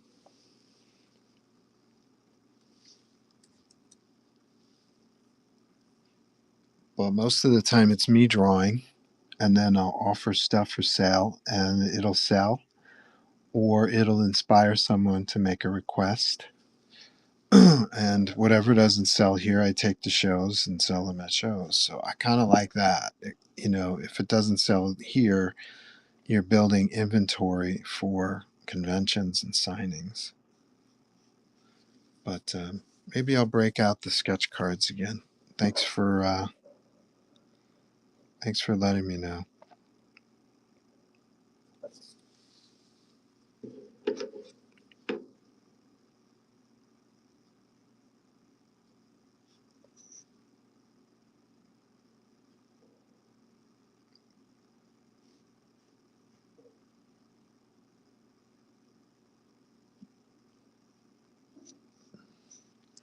One guy was into sketch cards. He said because they take up less space, and his wife likes that. So you got to please the wife and satisfy your collector's urge.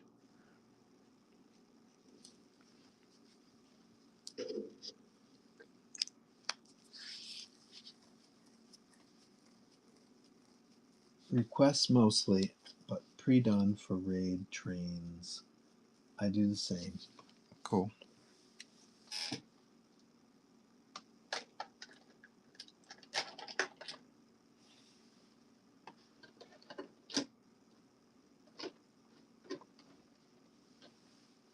You're in the Midwest, right? What are some good shows?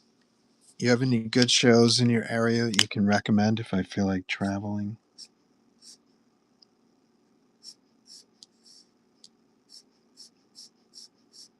I'd love to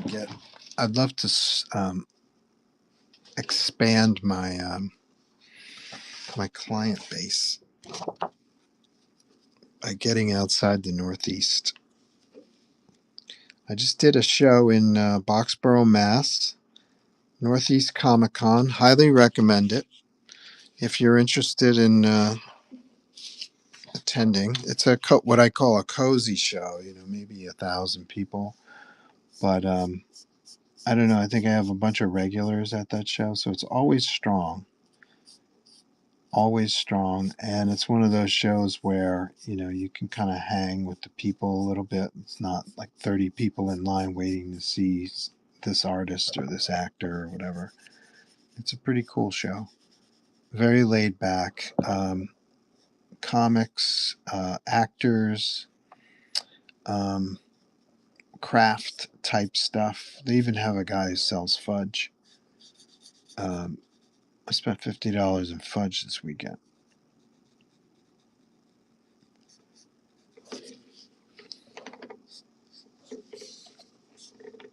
What was I going to say? Oh yeah, pretty fun show. We had a solid turnout on Saturday, but Friday and Sunday were kind of quiet. So my Saturday kind of made up for the Friday and the Sunday. I think it would be well served and a crushing show if it were 2 days or maybe even 1 day. I think just everyone will come out and spend their money and leave. Whereas 3 days, they're a little more loosey-goosey. It does also bring in a lot of newcomers, people who haven't been to shows.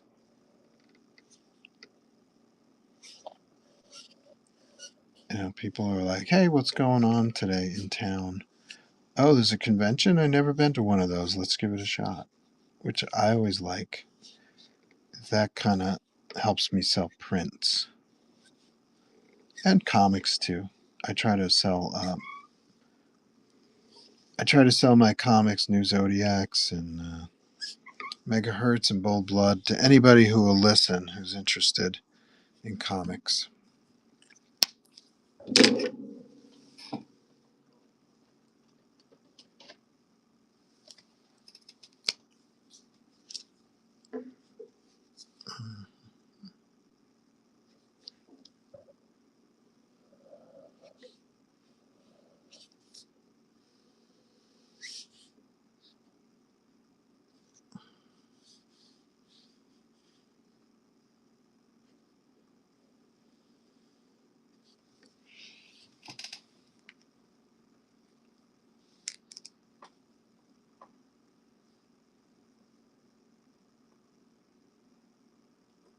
Johnny says, that's why I started doing them. I was doing bigger cards. People were saying they dug them, but weren't buying. So just asked, why not?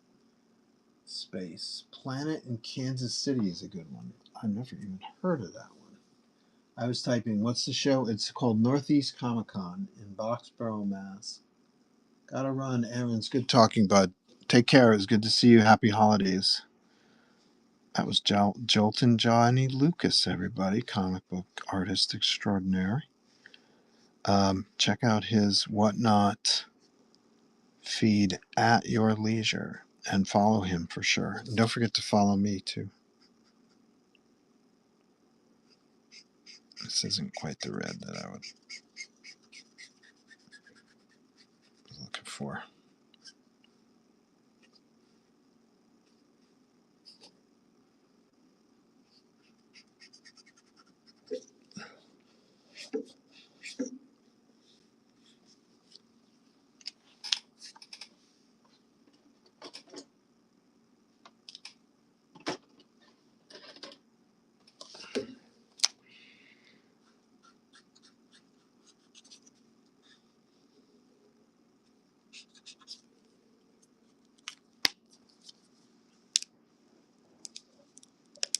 What the hell? What the hell's going on here?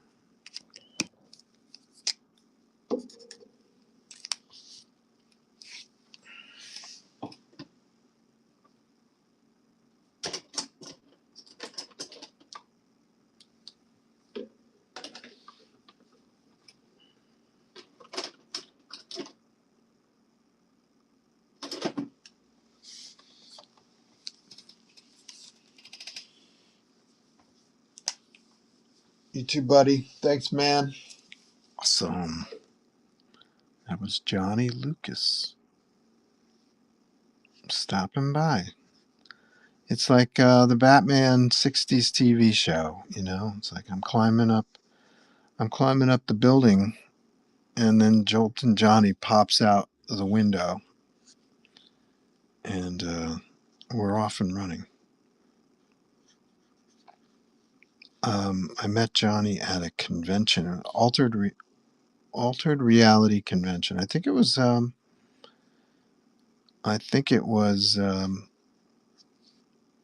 Colorado Springs Comic Con. Actually, he was a friend of my friend Ian Chase Nichols, and we all had worked on a comic book for the convention together, and we all sat at this huge booth, three or four tables at an end unit, and We all hung out behind the booth. That was fun. Good times there.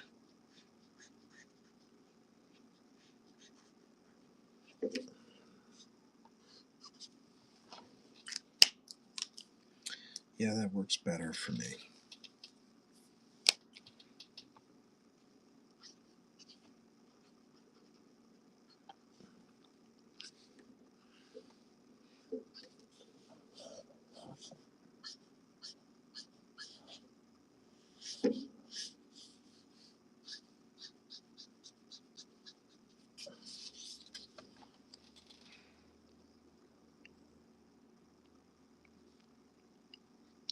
Cool.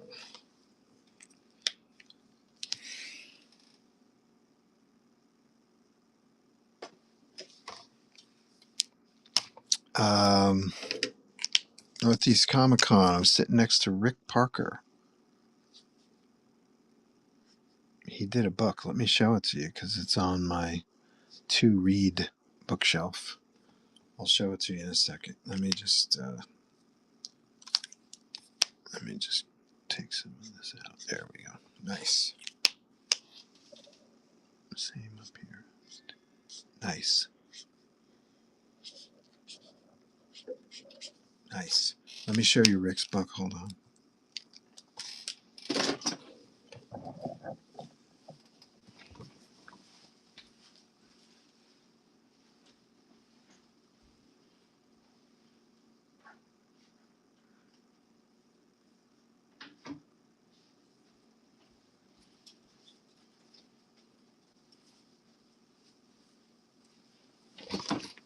It's an autobiographical story about Rick. I guess he's an artist since he was a young kid, and he got drafted into the army in the 60s. And took him 5 years to do this honker. Look at this. And then he signed it. Look at this. Isn't that awesome?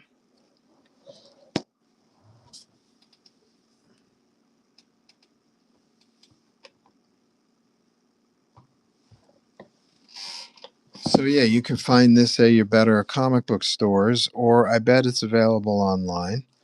It's called Drafted. Rick Parker. Rick did a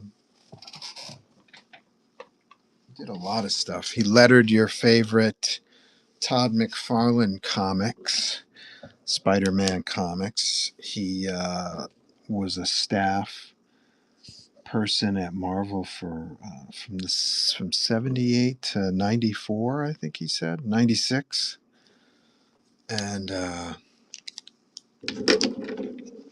he also penciled and I believe he inked the Beavis and Butthead comic that Marvel published.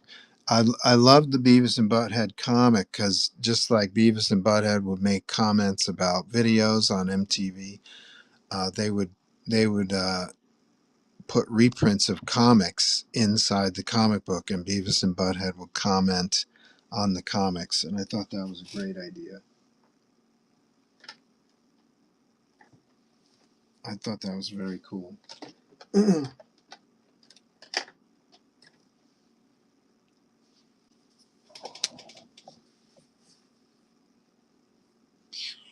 6 people in the room. We get to 10. If we can crack 10 people in the room today, I will break out the mental metal and start giving away prizes because I don't care, man. It's the holidays. I'm going to give away prizes and you're going to love them. But we need 10 people in the room.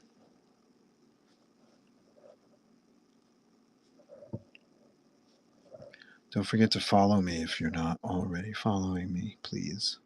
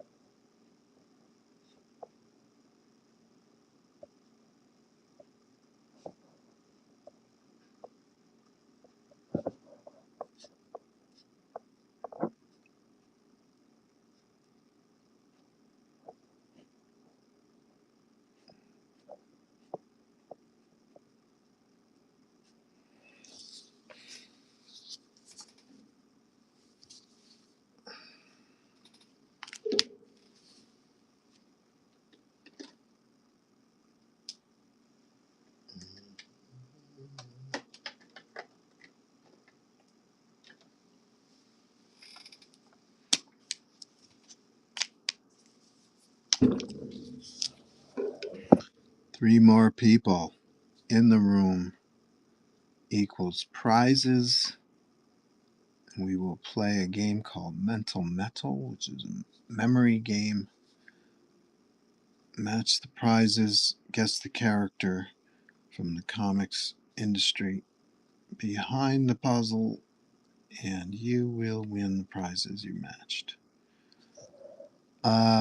Last winner, LB Munoz. He won $40 worth of stuff. Before that, was that Ainge?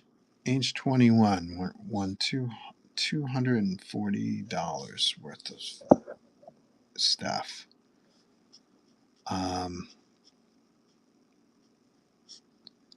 Daytona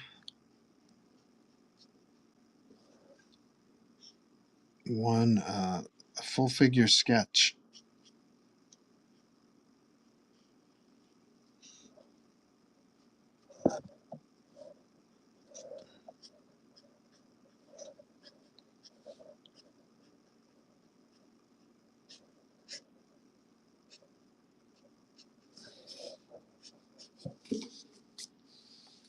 Anybody interested in this bad boy? This would be $150. Jam piece starter upper. Let's find that in the auction section. Nothing? Okay.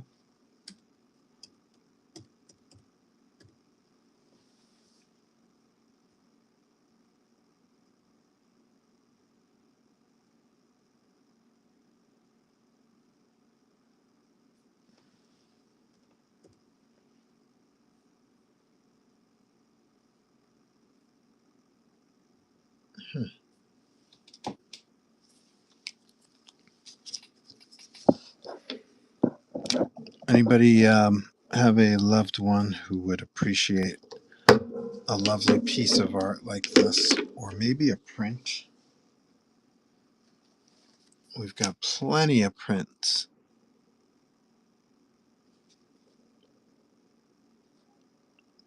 I must have about 40 prints in the bin, and you would go to the Buy Now section and scroll down to items with the prefix code 300, I believe.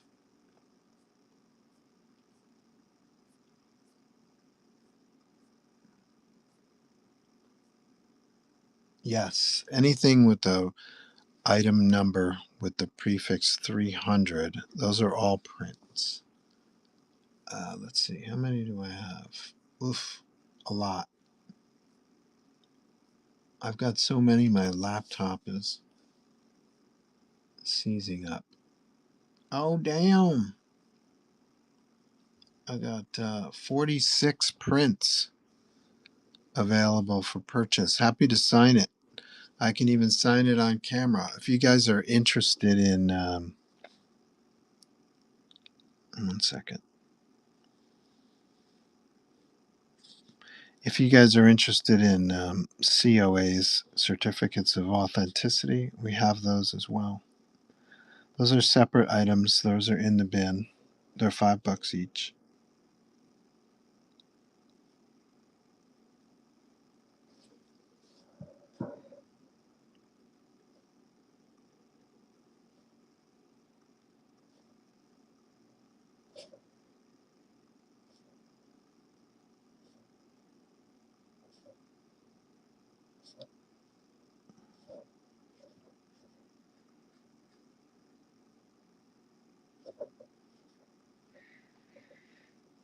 So anything you buy, you could get a COA for.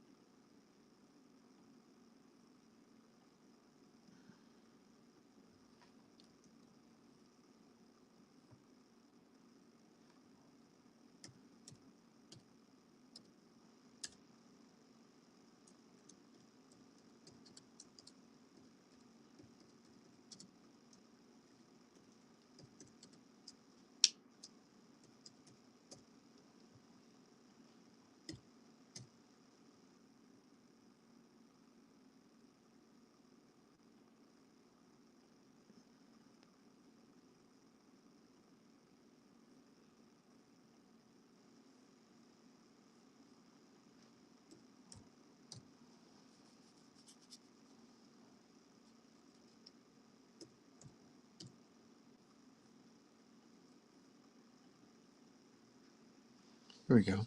So I'm going to keep working on this, but I'm going to launch the auction. The auction is for this specific item right here. It's a Spider-Man jam piece starter upper. I kind of created these frames with the webbing where you can get either me or some of your favorite comic book artists to fill in these spaces here. You could get other alternate versions of Spider-Man or Spider-Man villains, supporting cast members. It's about anything you can dream of, you can put in those spots there. So we're going to launch this auction. Here we go. We're live. $150 for a color jam piece starter upper.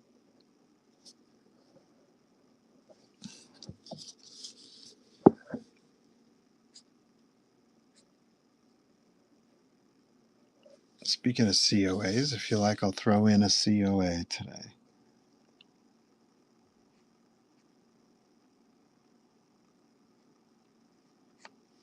If that's a thing for you.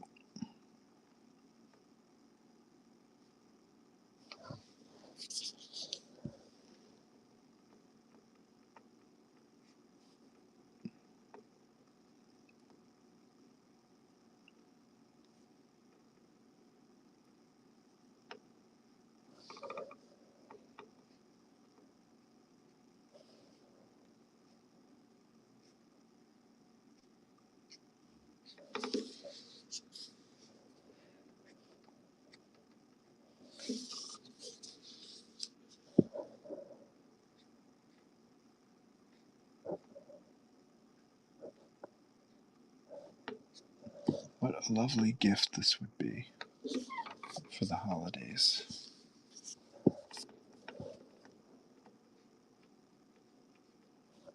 One of a kind piece of art. There's no other drawing looks like this one.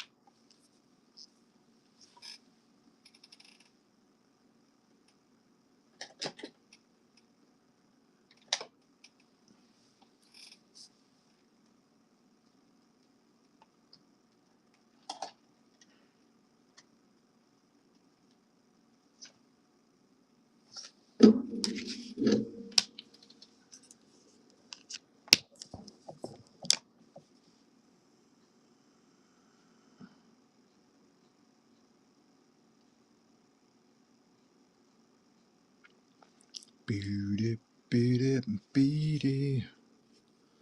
Beady, beady, beady, beady. Do, do, do, do.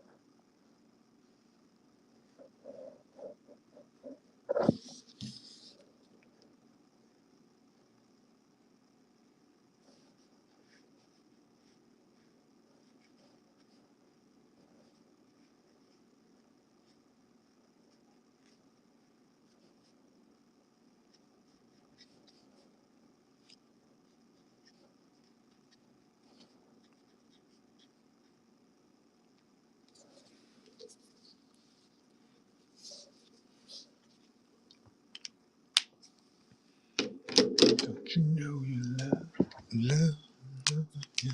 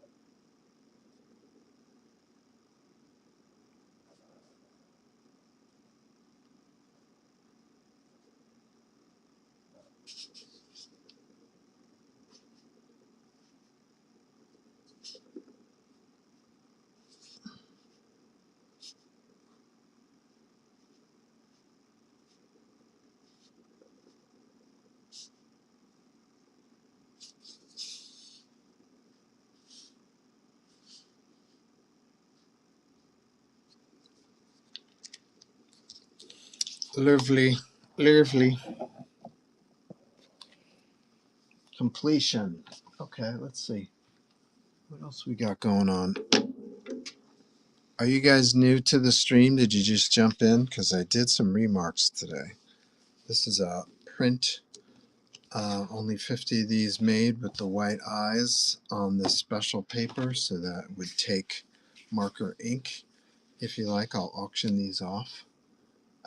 If you're fresh to the stream, you might not have seen the auction earlier today, so I'm going to run this 30 seconds. Spider-Man headshot. You could also hang it this way. I don't mind. She's Spidey Gwen. She's a wall crawler too. Let's pull the camera back so you can see this. Anything you buy in the store or on the auction, I will be happy to sign it, no extra charge. This was colored by Mr. Dash Martin. There's Dash right there. Did a great job. Any Scarlet Spider fans out there? Here's our boy Scarlet. He's jumping into the scene.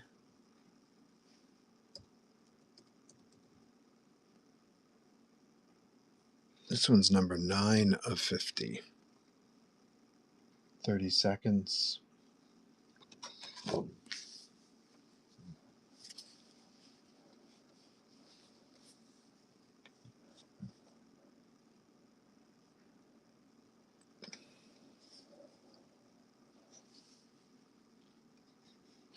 Drew this today.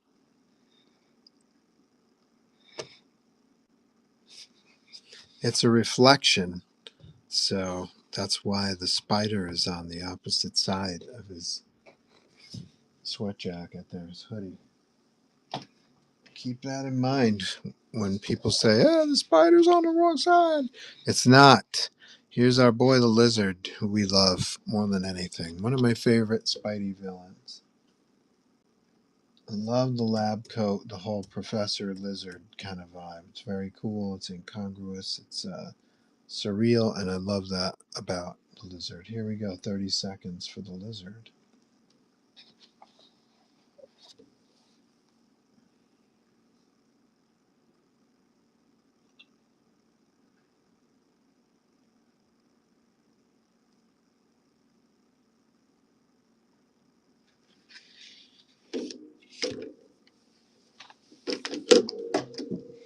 Oops, let's put some markers away.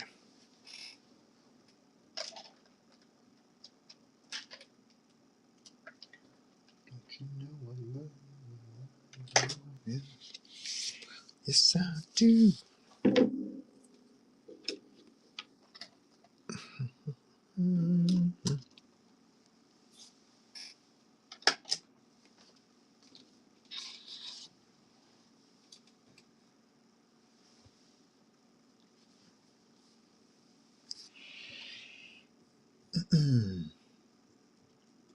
Break out some of these remarked sketchbooks. This one is the Joe Sketchbook 2025. It's just jam-packed full of stuff. Over 100 sketches in here.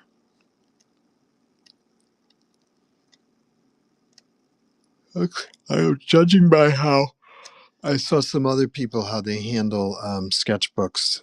I went above and beyond. Nobody else has 100 sketches in their books, and this is 52 pages cardstock cover, and it comes with a remark of Spider-Man. This is number 53 of 100. There's only 100 of these printed, so I'm going to launch this. We have a special today. It's just 20. It's $30 for the book without remark, but it's only $20 for the remark, which I usually charge somewhere between 30 and 50 for a black and white remark at shows. So keep that in mind. This is a deep discount on a remarked piece. It makes this sketchbook a one-of-a-kind piece of art. So we're going to run this for, let's do 15 seconds. Can we do 15 seconds? Yes. Cool.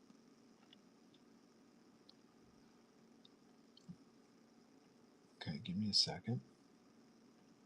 15 seconds. Here we go. 15 seconds. This is for the Joe sketchbook. This is number 53 of 100. Spider-Man remark in the corner. We can also do, you can buy one and get the character of your choice if you want to do something like that. If you like obscure characters. Happy to help you out. We could get a quick remark of whoever you like.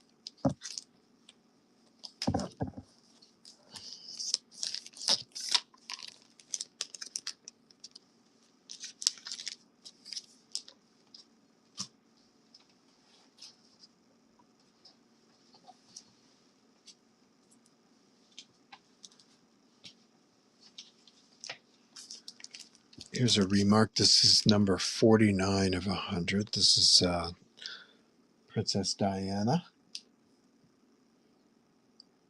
also known as Wonder Woman. Same price, $30 for the book and $20 for the remark, something that I usually charge $30 to $50 for. So you could say you bought the remark and got the book for free, or you bought the book and got the remark for half price. That was Diana. That was number 49. Here's this is number 46 of 100. It's The Batman. I love it when they call him The Batman. 15 seconds for The Batman. With a little Batman signal in the back, a bat signal. No extra charge for that. See?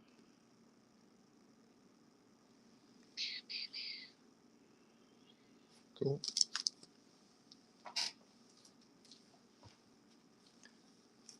A very rare opportunity. I rarely do Ninja Turtle sketches, but here's one. I was trying it out. This one I did at Granite State Comic Con, which has turned into a mecca for Turtles fans. They got a lot of Turtles fans or Turtle artists that show up at the show, like Kevin Eastman and Steve Levine and Jim Lawson. And so every once in a while, I'll be at the show and I'm like, I'm the guy that does not belong in this group because I have no Ninja Turtle creds. So once in a while, I'll do a doodle or something like that and see if I can sell it at the show.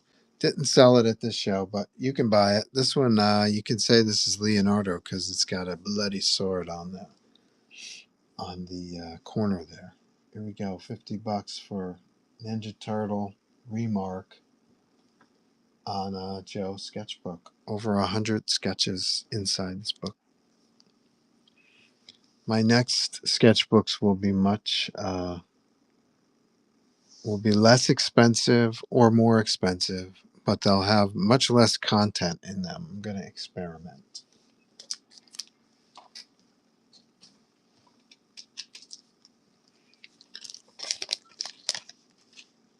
We also have an episode every 50 streams. I'll do something called the Wall of Fame, and that's someone who has bought something here on the stream uh, as a way to honor you or to thank you. I create the Wall of Fame, and your name is listed on this tabletop where Miles Morales is now. Everyone's name who's been part of the show from the beginning gets listed in the Wall of Fame. And also, people who are on the Wall of Fame for that episode, they get 20% off their purchases. So it's like an incentive, but also a thank you. So we're about 22 episodes away from the Wall of Fame. Here's the Wondrous Wasp. I love her costume. So much fun. This is number 58 of 100. Any Wasp fans out there? You whatnot whippersnappers, I bet you don't even know who the Wasp is. Here we go. Start auction. $50 for a Wasp remark on a Joe sketchbook. You probably know the Wasp from the movies, right? Quantum Mania or something like that. I'm trying to get rid of that glare.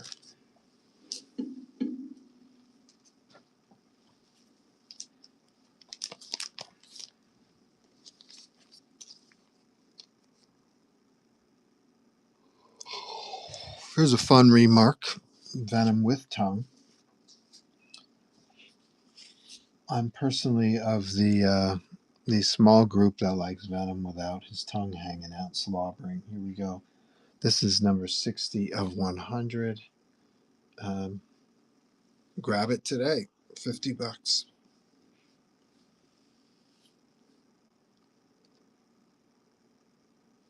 Did I? Yep. Okay. Just making sure I ran the right auction.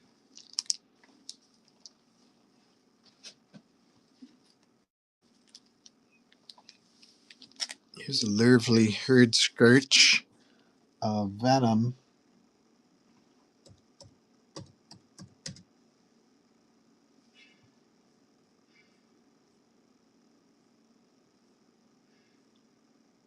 He doesn't seem to be in the stream yet, so let me add that.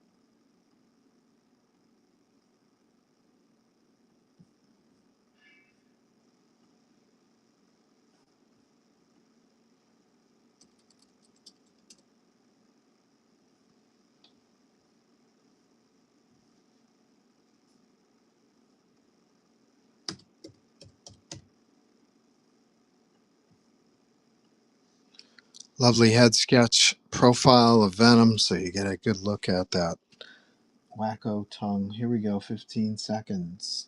$100 just for a head sketch, super detailed. It's like $50 for the head, Venom's head, and $50 for the tongue.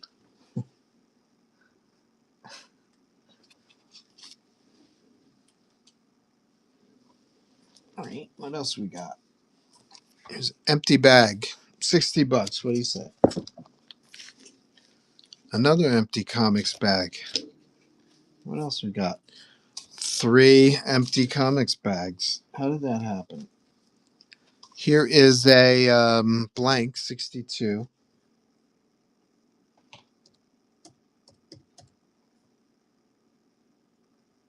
We'll run this character of your choice, and you can watch me draw it. This is number 62 of 100. You can also buy it just with the blank space down there. That's in the bin for $30.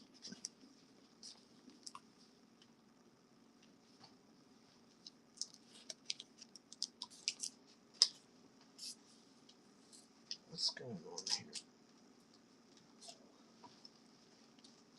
One of my favorite characters doesn't get any love here on Whatnot at all. You Whatnotters probably don't know who this character is. Let me see.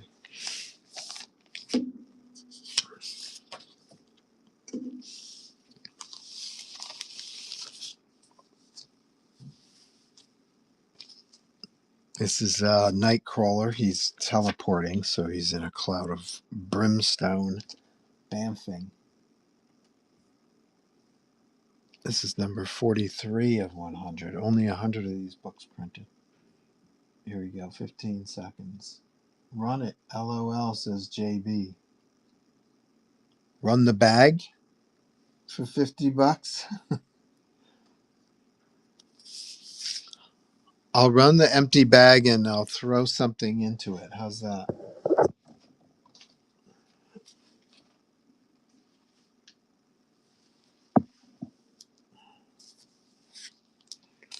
Run the empty bag. Here is the last remark I have. This is on X-Men Blue. It's a 2099 themed story, so I thought it'd be cool to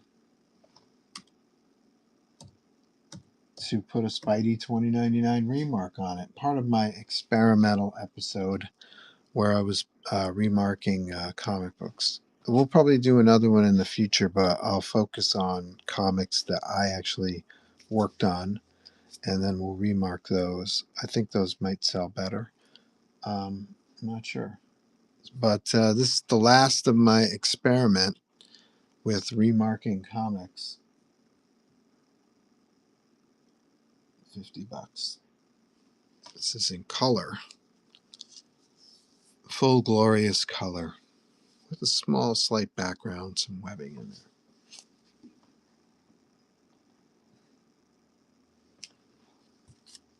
No problemo. What else we got? We got so much stuff, it's hard to keep tabs.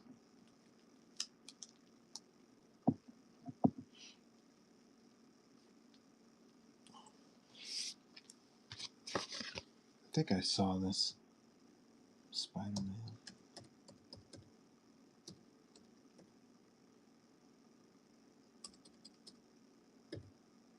Spidey Miles sketch. Here we go. Start auction. $350 if you met me at Northeast Comic Con or at a signing here on Whatnot. I'm working out of the comfort of my own home. I can chop $50 off here because I don't have to travel. I don't have to rent a car. I don't have to reserve a hotel. I don't have to drive for 4 hours. I don't have to fly in an airplane. I don't have to set up a table. I don't have to put up signage or anything like that. So I'm happy to take $50 off for you. Here we go. Single figure is 150. Extra figure is 100. And then we've got a little bit of a background down in there. So that's extra $50. Here we go. 300.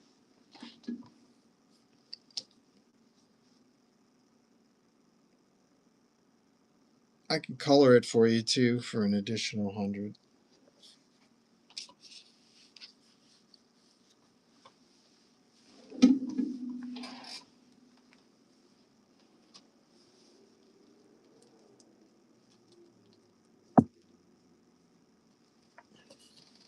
Do I have a Wolverine?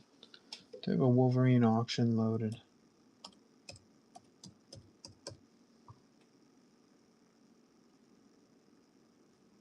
I do not. Doesn't look like I do.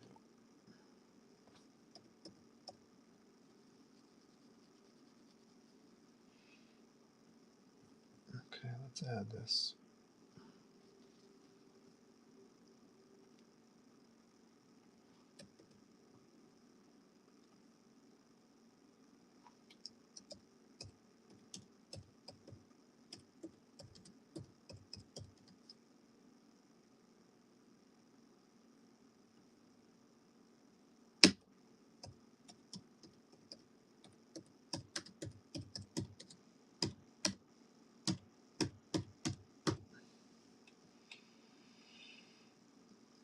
Let's see.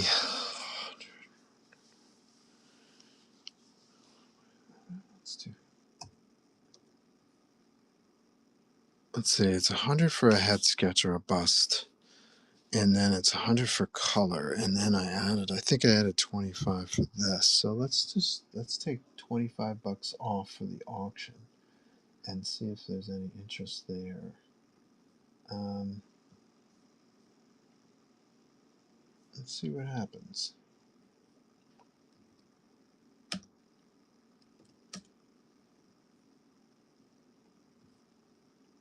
So I'm chopping off $25.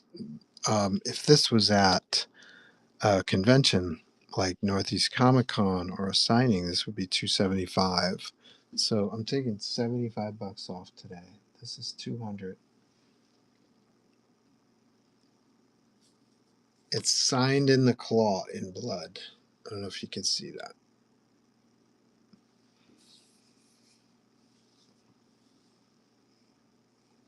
Sweet.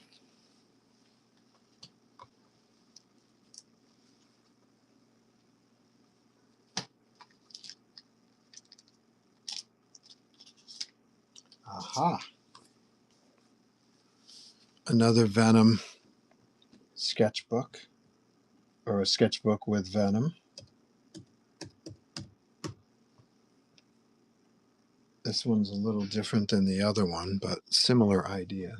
Very visceral. I like the flying gobs of symbiote and stuff like that. Very cool looking. 15 seconds.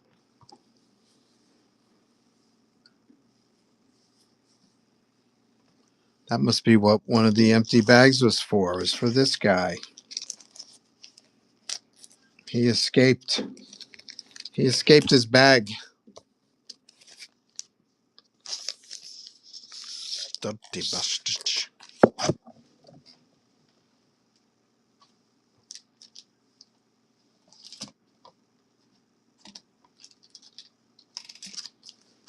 I'm just working my way through a pile I've got next to my table here. Let's see. This is number 48 of 100. Storm. Stormy. 15 seconds. Here we go. Bling. I don't think Storm is in the bin. Some of these are in the bin already. I think Storm is.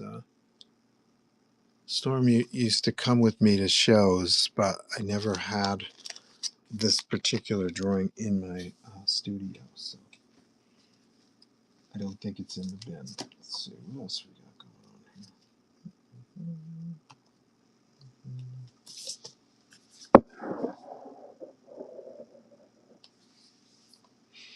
Here is a book, Deep into the Amazon Jungle, Fabien Cousteau Expeditions. This is the third in the series of 4.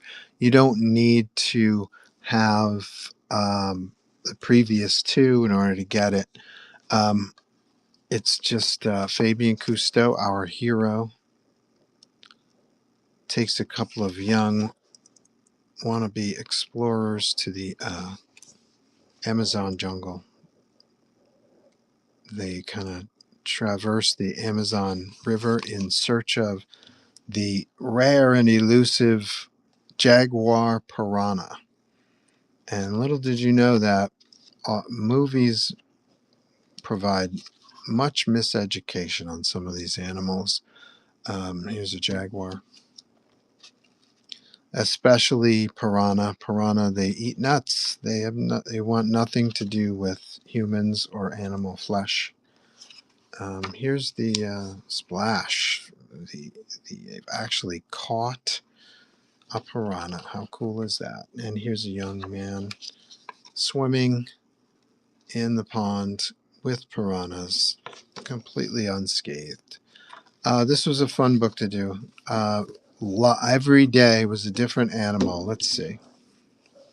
Every day I'd be like, okay, who am I drawing today? What am I drawing today? It's not a toucan. I'm going blank on what kind of animal he is. So you see these two guys. This is like our Greek chorus. I added this to the script. It was not in the script, but there's 2 animals of which I'm forgetting their breeds. They actually follow the action all the way through the book. So you will see these 2 characters. Acacia, it begins with an A, this bird, and this guy here, they're buddies, and they follow the action all the way through the book. It's just something that I came up with, I liked to do. There they are, hanging out in Iquitos, which is a city that is not accessible by car. There are no roads to Iquitos. You can only get there by boat. Pretty cool, right? So here's our I'm just going. I'm getting upset because I don't remember the breed. The howler. I think that's a howler monkey, and the animal is called acacia. Shoot. So I'm just going to revisit this because I want to see if I can find. Is the destruction of the rainforest? Don't get me started.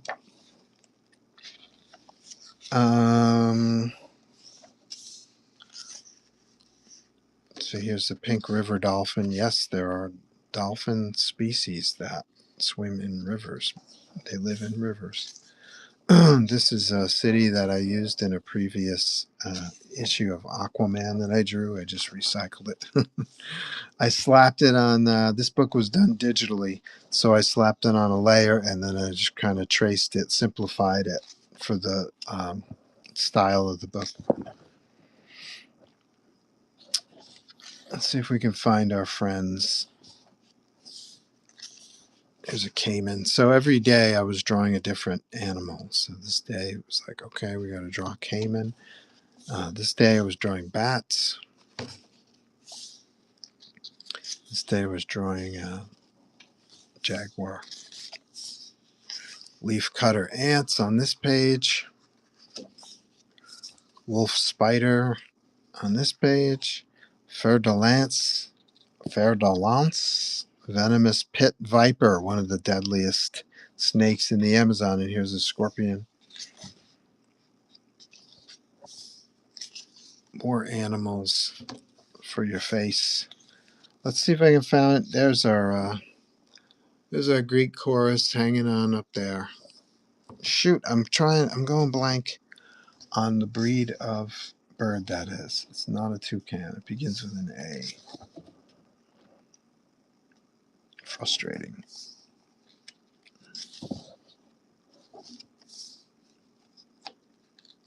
Here's a piranha, but it's not the one we're looking for.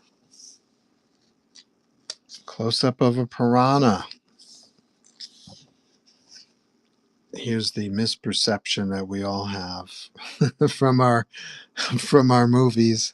Wasn't there a movie just called Piranha? And there's our friends once again.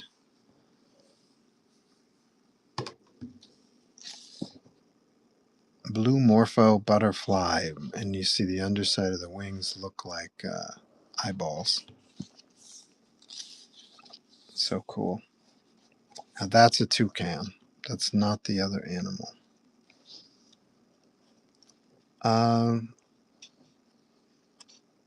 So let's do this. I'll sell one of these. This is the regular edition. They're $13. I'll list this for 15, and I'll do a small remark inside. Okay. Let's see. Let's try this. I've never done this before. And mostly hasn't been much interest in the young readers stuff that I've done, but you get nothing to lose. You get nothing to lose. Let's see. Cousteau, Amazon.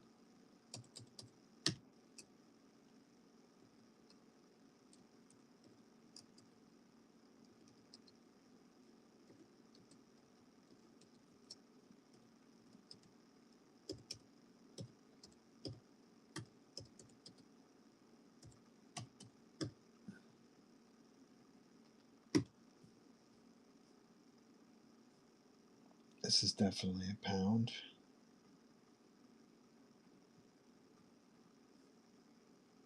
It's a hefty book, hardcover, 100 pages. All kinds of cool art, all kinds of cool animals.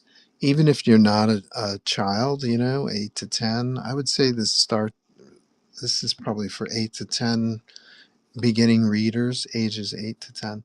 But even if you're not, even if you're an adult, you will learn a crap ton from this book. Quantity must be 1 minimum.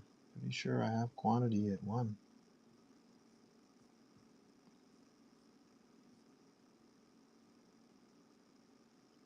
Okay. Here we go. 15 seconds. Any interest in graphic novels, all ages graphic novels? $15 with remark, which is $40 to $60 value. No bites. Let's see. Let's work my way through this pile. Let's see what's going on here. Oh, how about one of these?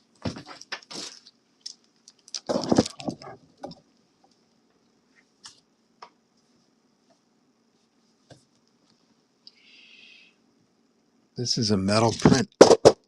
Solid metal. Miles Morales. I'm testing the marketplace out to see if I can sell metal prints. These are $60. Happy to sign it for you. No extra charge. Let's see if there's some interest in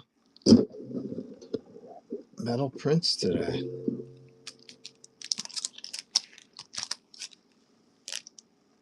I have 3 left. I had 5 of them printed with this kind of brushed metal. And then I have 5 with white, with a white border. I could show you the white border if you want to see it, but let's run this specific one. So this is like the brushed metal look, which I think is very cool. And then I'll run and get another one. 15 seconds. Happy to sign it for you, $60. Let me see if I can get the other one.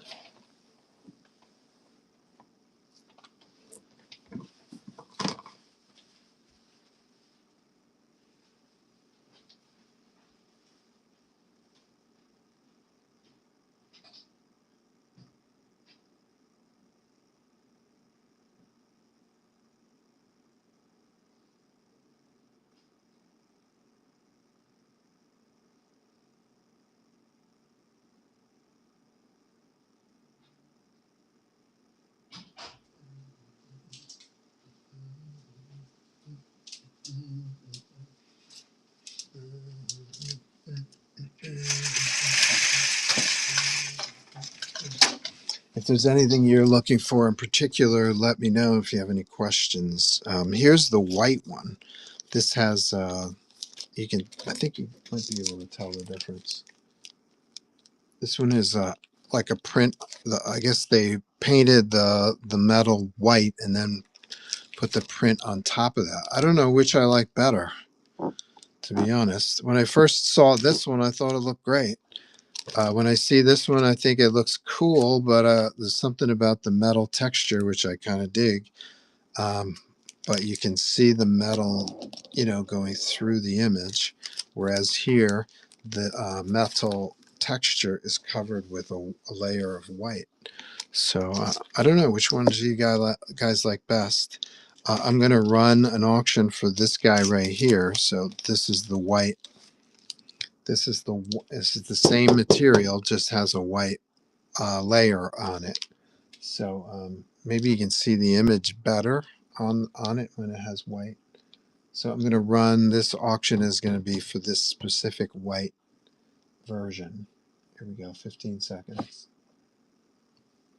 Happy to sign it, no extra charge. Ain says, I have one of these, chat. It looks very nice framed. Joe did a remark on mine of Spider-Gwen. That's right. That was a cool idea. That was another never been done pioneering effort on the part of me and Ainge, where I did a remark sketch. I think it was down in here. No, over here. I don't even remember. Bottom right. No, it couldn't be because his hand is here. Where did I do it? Right here in the center?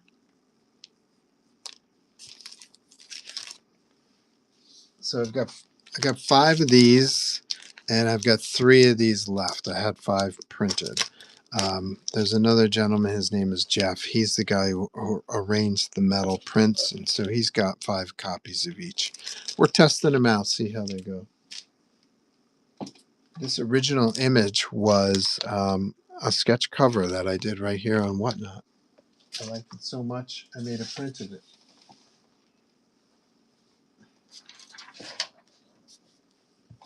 Oh, you should see this pile I've got here. Crazy pile. If you guys don't have this comic book yet, go buy it.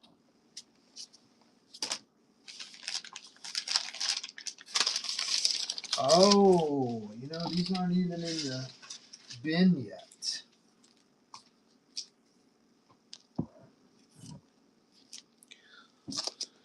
Here's that same sketchbook, but this is a variant. Same sketchbook, over 100 sketches of your favorite characters in here. A lot of Spider-Man, a lot of Venom, but also Wonder Woman, Doctor Strange, some of my characters, Black Cat, Storm, Nightwing. This one has an all-white cover. Only 25 of these printed. These are $50. If you would like a remark on it, there's 70. But let's sell one of these. 1 in 25 for $50.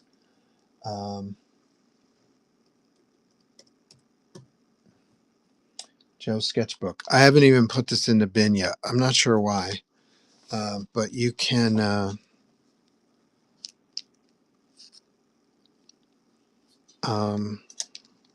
buy it right here. So this is going to be for a blank cover sketchbook, no remark. 15 seconds. It was on the bottom right. It was. Did I cover his hand? What was that issue? Which issue?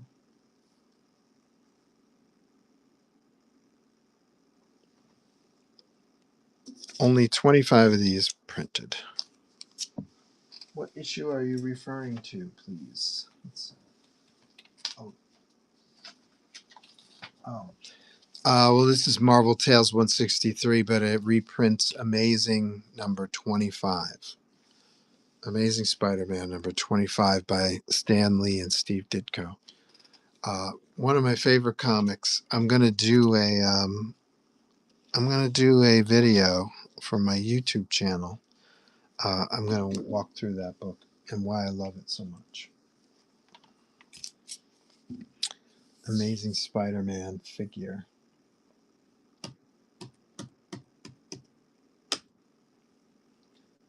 Spidey figure sketch. $250.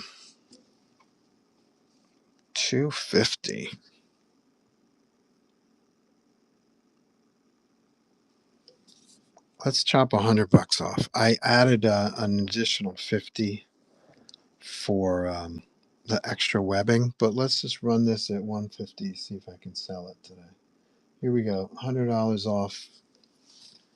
What you might buy this for at a convention or a signing.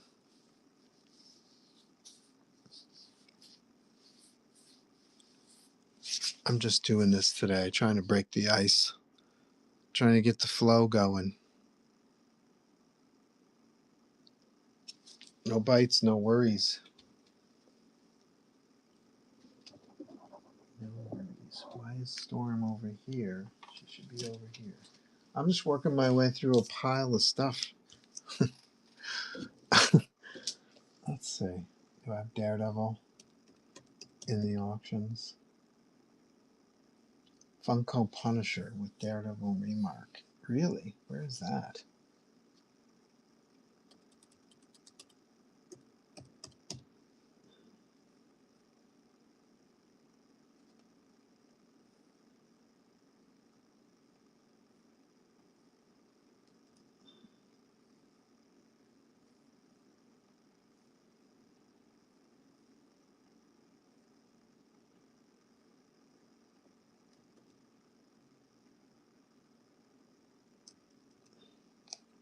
So this is Daredevil head with some radar stuff going on here. Let's chop $100 off Daredevil. Near mint condition. I also have a service. I have a CGC Signature Series account. If that's something you're interested in, please let me know in the chat. You can buy something like this and I can send it off to CGC for you and have it graded. It takes about 6 to 8 weeks. I usually do this off of Whatnot because if you purchased an item that took 6 to 8 weeks to receive, I'd get dinged on Whatnot from my record.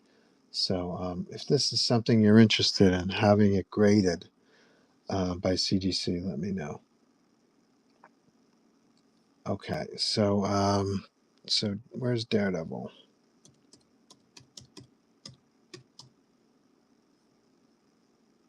I lost my Daredevil.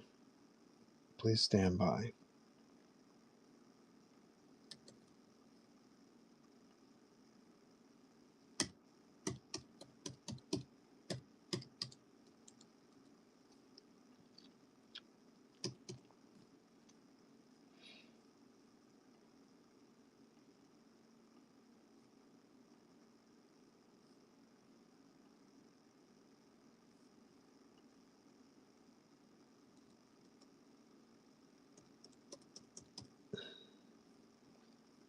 Okay. So we're going to chop $100 off for this one time only. There's some extra radar stuff in the background, so I charge a little bit more for that. But today we'll just do $100 as if the radar sense was free. Here we go. 10 seconds, 15 seconds. Not a lot of Daredevil fans in my circle. I love Daredevil. My earliest issue of Daredevil in my collection is number 2.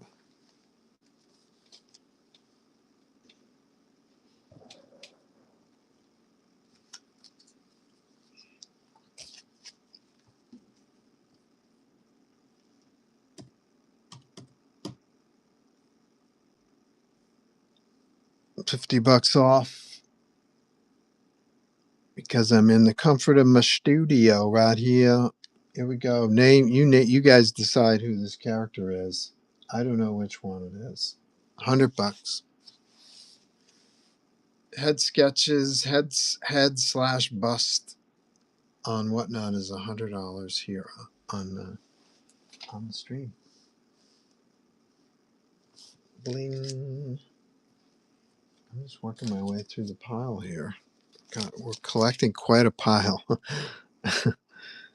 Here's MJ. Is MJ in the auction? I don't think MJ's in the auction. Nope.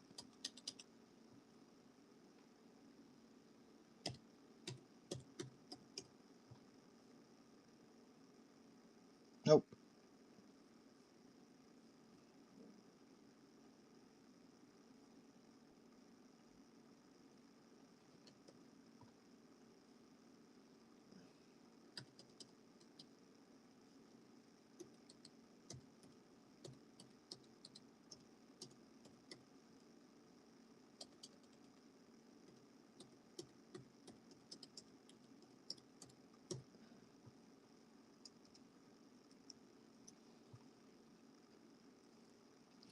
MJ's got a little extra character there, so single figure is 150, but this extra stuff, there's a lot going on in there. That's an additional 50. Let's see. Select near mint. Should be profile 1 pound. Here we go. Confirm. Okay, I confirmed it. There she is. So let's do MJ. 15 seconds. $50 off.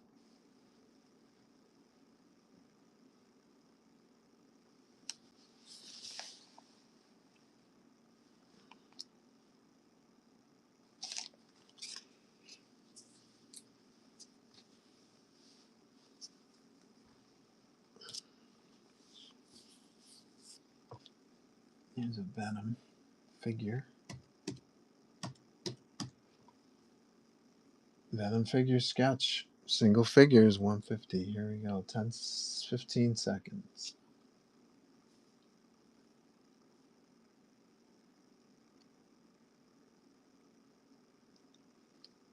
Let's see if I can get that glare right at the web ring. Pew. Cool.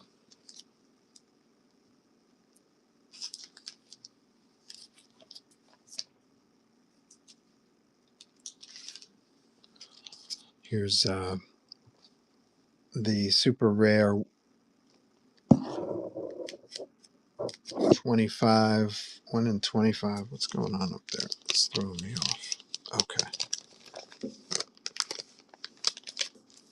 1 of 25 sketchbooks. Let's see.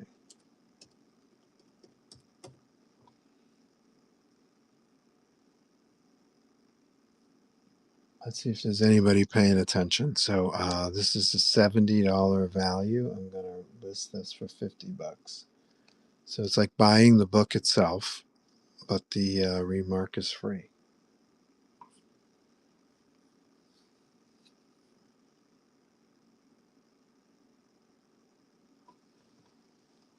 No worries.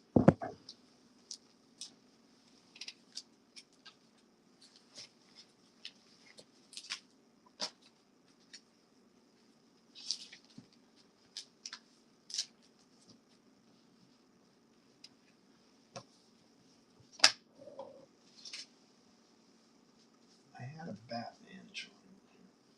Where's my Batman drawing?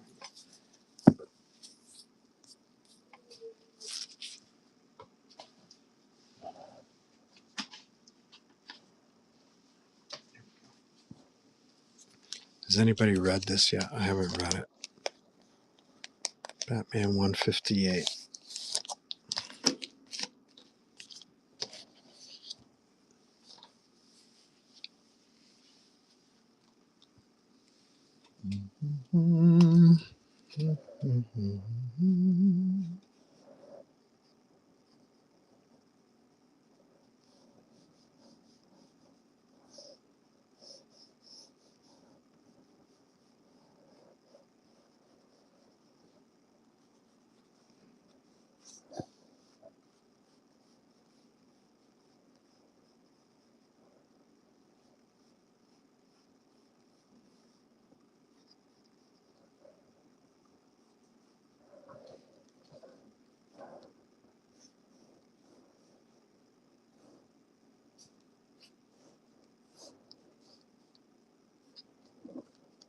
Oh, should I draw Absolute Batman? I haven't drawn him yet. I read the first trade. It was okay.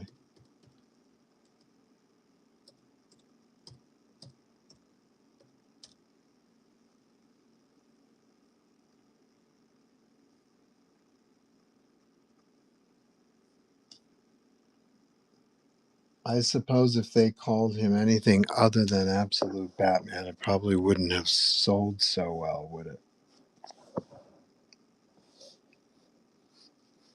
If they called him like the Exterminator or something like that.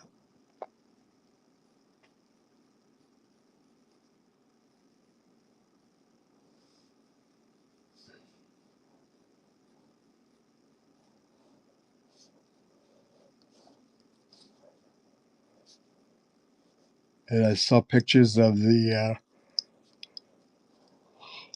Joker, and he looks like a anime demon character, right? Is he a demon in the comics? I don't even know.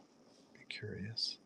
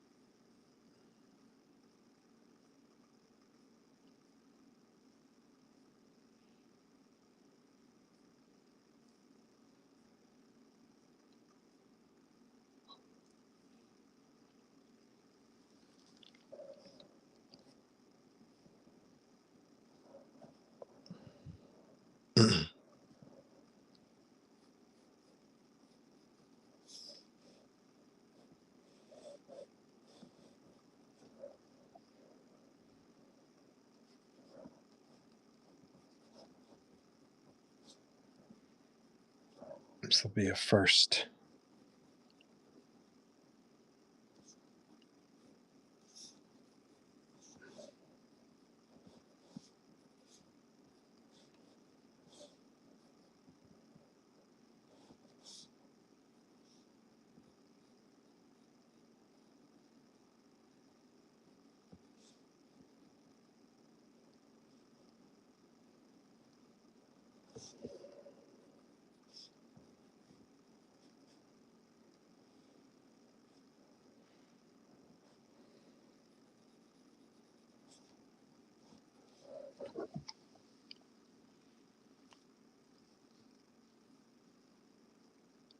That's clean. You draw on all your blanks.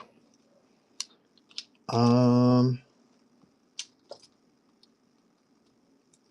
not sure how to answer that. I don't draw on all of them. Some of them I collect, but I have a number of short boxes full of blanks that are made just for people like yourself to get commissions.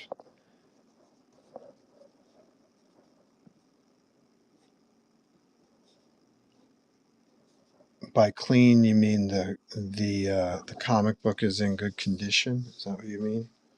Yeah, I won't. That's another thing is I won't do a commission on a piece that I don't think is at least a 9.2. Most of the commissions I've done that were graded are 9.8s. I've gotten one 9.4, and Miss Mayhem got a 9.6. But I'm pretty good at sussing out a 9.8 nowadays because I have my own comic book company. I have my own comics that I put out, and very often, what doesn't get sent to the distributor uh, is sent directly to me. So I get to sift through the entire print run, or most of the print run, 90% of it, and actually, for New Zodiac's Pisces, I actually sent the comics to Diamond. So I saw the entire print run for New Zodiac's Pisces, and I could pull out, the ones that I thought were in great shape. I've got three 9.9s of New Zodiac's Aquarius. I don't have a 9.9 in Pisces yet. As a matter of fact, I had so much trouble with the printer for New Zodiac's Pisces. We had to go back to press a couple times because they just weren't coming out. They were streaky, or they looked like shit. They were shipped and they were dinged. And so I was having them reprint the stuff until I got what I wanted. The black variant of the New Zodiac's Pisces, which is limited to 250, I don't have a 9.8 of that yet. I've submitted about, I think, 5 copies, and I didn't get 198 yet. So I'm really disappointed. It may mean that there are no 9.8s in the whole world because it's my print run. I'm sitting on the entire print run of the B cover, and I haven't seen any 9.8s yet.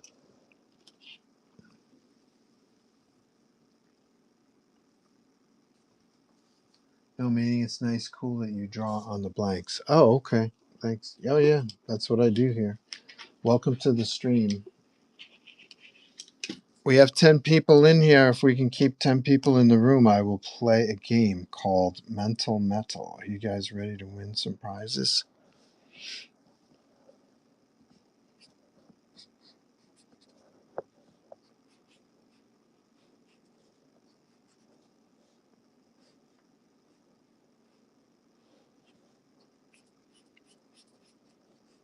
If we can keep 10 people in the room, I'm going to I'll auction off my first Absolute Batman, and then we'll play some Mental Metal.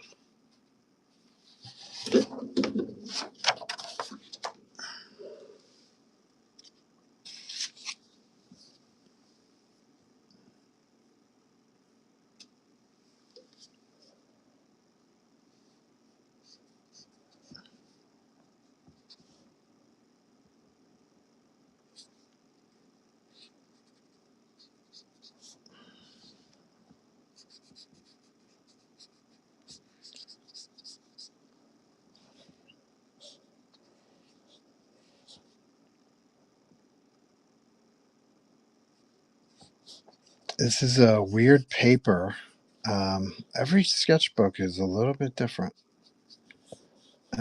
This is a weird paper. Look how gray the black becomes. I guess the ink, the paper just soaks up the ink or something. It looks very gray. Very fascinating. It seems like every sketch cover they use a different kind of paper.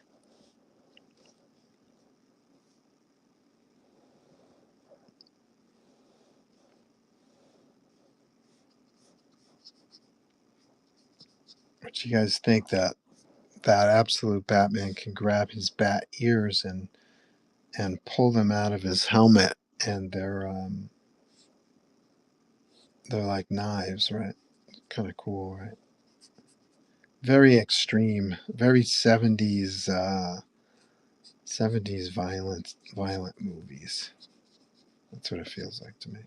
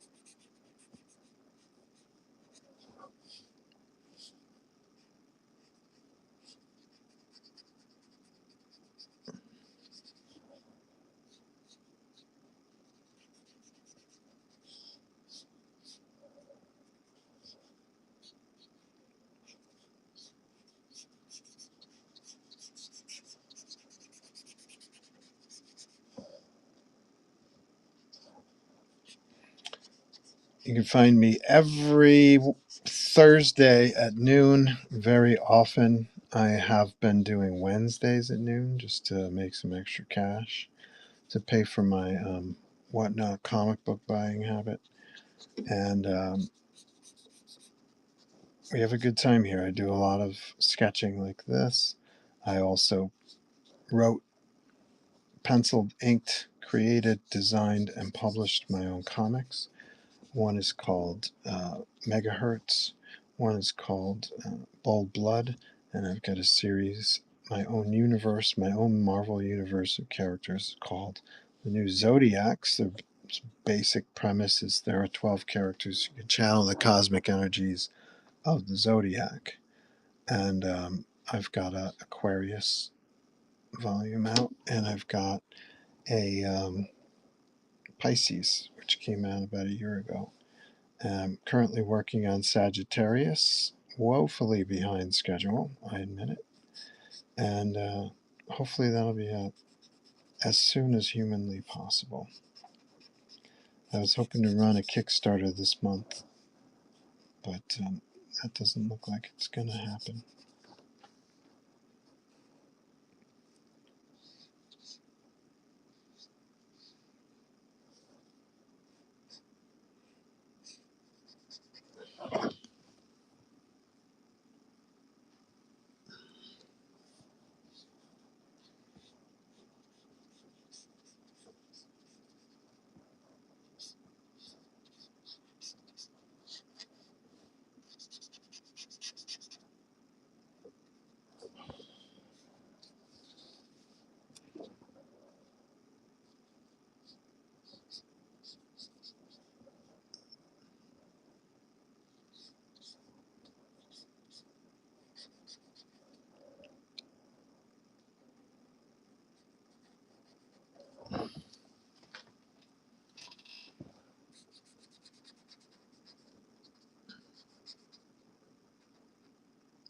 Yeah, I want to put his chin in shadow, man.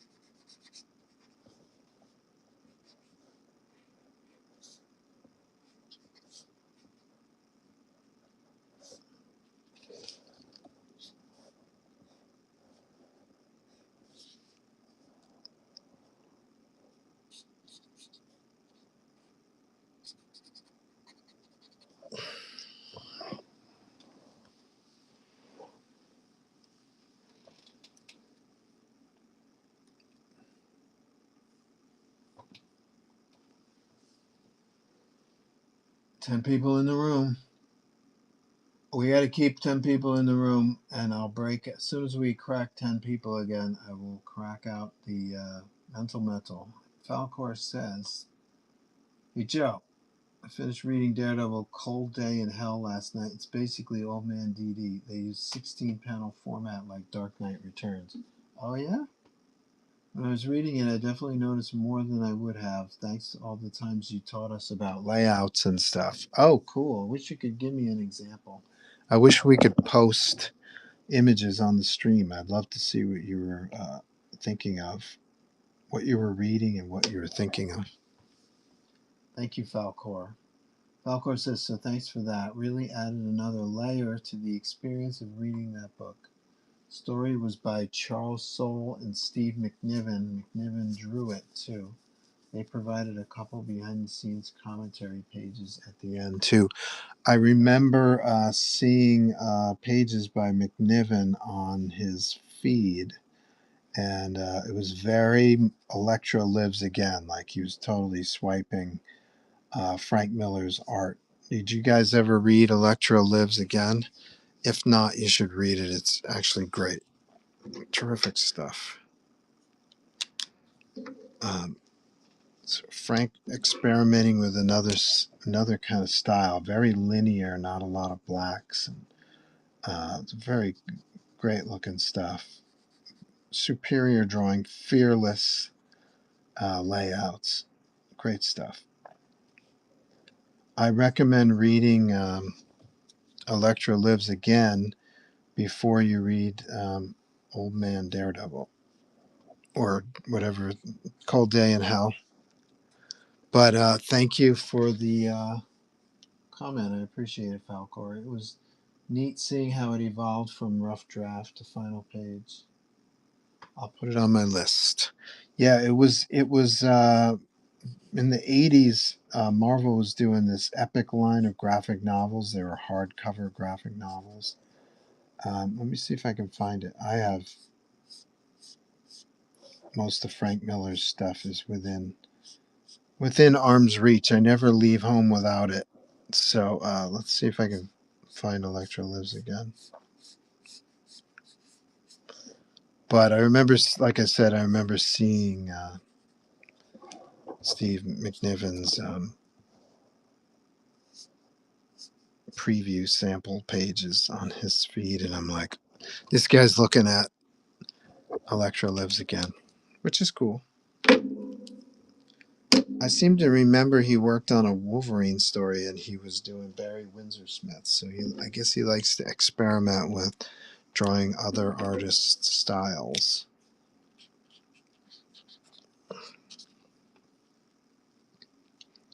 Which is very cool. I do that as well. A lot of the cricket stuff that I do is influenced by an artist named Harry Clark. Even though when I look at my version of it, it doesn't look anything like Harry Clark. It's like, this guy is way super designy, and this is not super designy.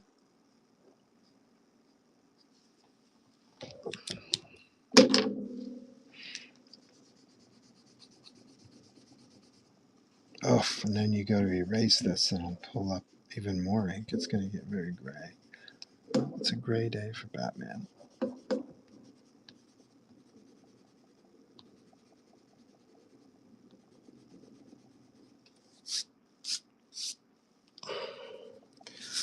I'm going to do videos. I am going to do videos. This is drawn by Absolute Joe St. Pierre. I'll sign it down here.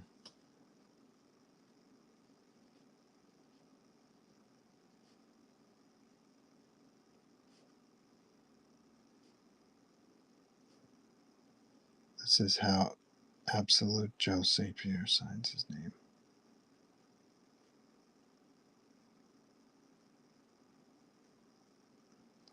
So this isn't quite a full headshot, so it will be less than 100. So what should I auction this off at? if we can get 10 people in the room, I could have made it one of the prizes for Mental Metal.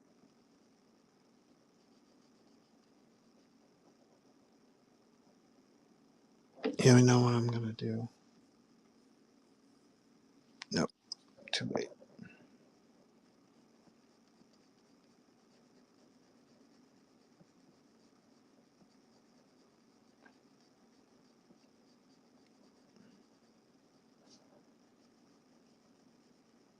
This is the first appearance of Absolute Joe St. Pierre. Stupid. More stupid. Bring it on the stupid.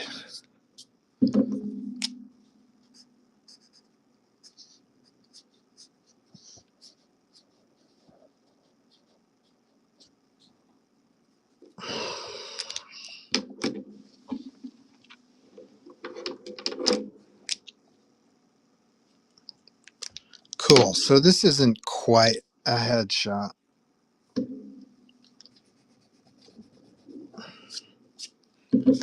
It's not quite a sketch card. So let's do...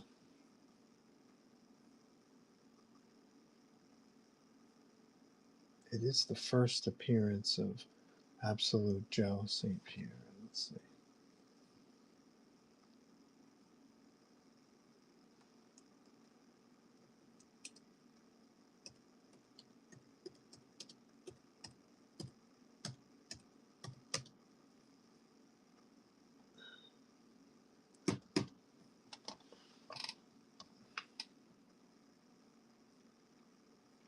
Okay, I'm going to do this auction for a minute. And that'll give me time to find Electra Lives Again.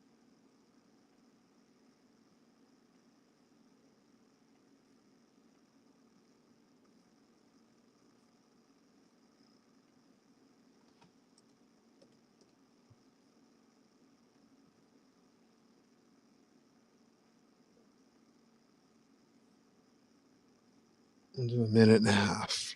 Absolute Batman sketch.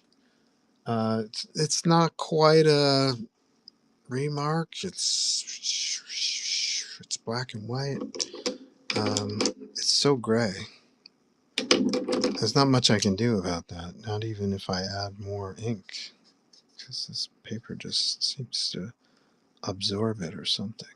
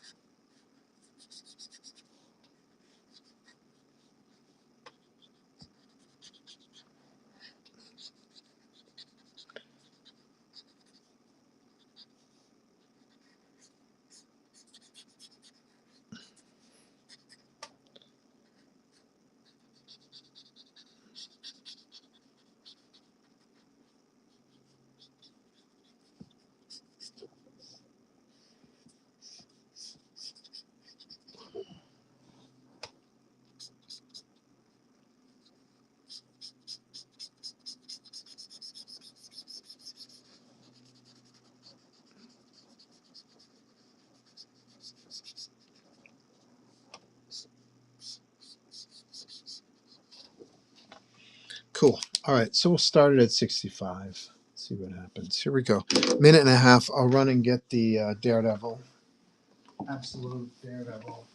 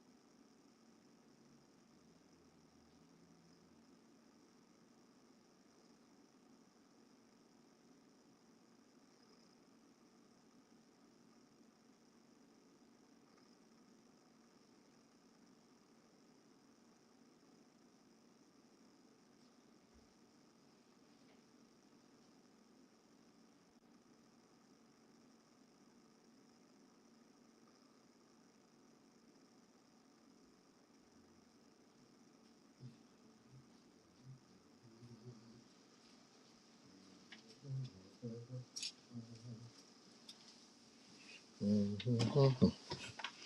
bites on Absolute Batman today. Okay, no problem. I guess he's not as popular as I thought. This came out in, I'm going to say 89.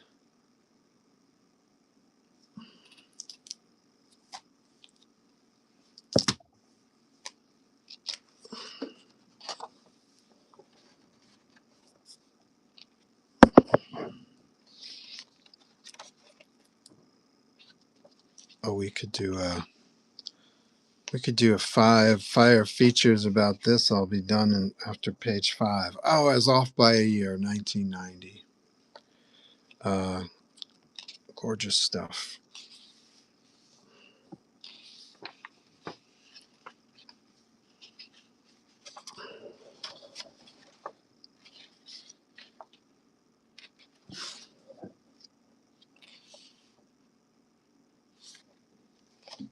Look at this guy, no fear. Look at that cityscape with snow on top. Great.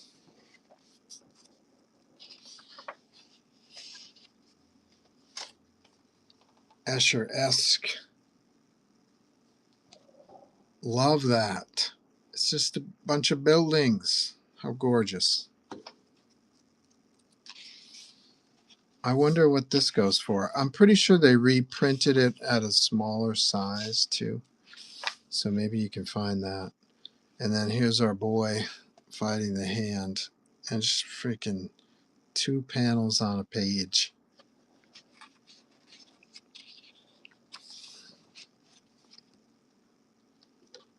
Badass. And no fancy layouts like, say you're reading the first Wolverine miniseries. He was messing around with different size layouts or different size panels with a lot of white space in the page and stuff like that. This is just straightforward grid.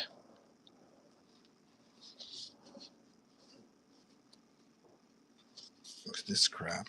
All this gothic architecture drawing. This is some badass shit. Good for you.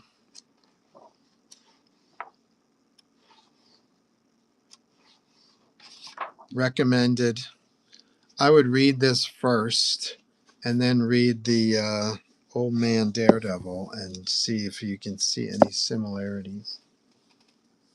I think you'll probably find some. It's not on Marvel's app. I'll have to track down a hard copy. That Elektra definitely looks like the one McNiven drew. Oh yeah, for sure. Guaranteed.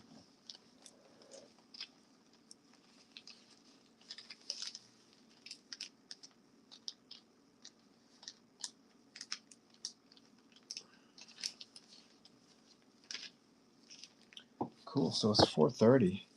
So I don't know. Maybe I'll do one more, something quick like Absolute Batman, and then we'll blow out. I like my Absolute Batman. I think it looks cool.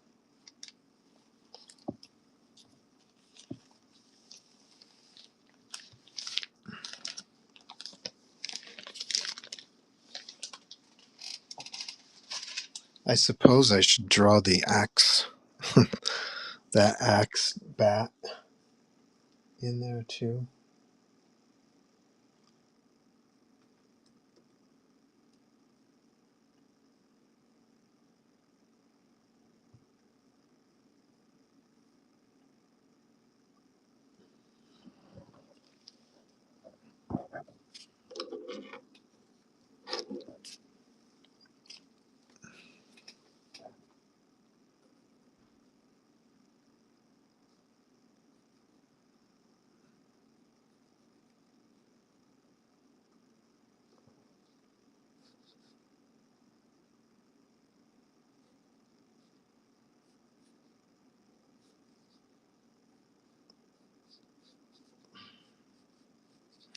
You've got to keep an eye on the space. It's harder to do than I thought. You got to keep an eye on the distance between all these little spikes.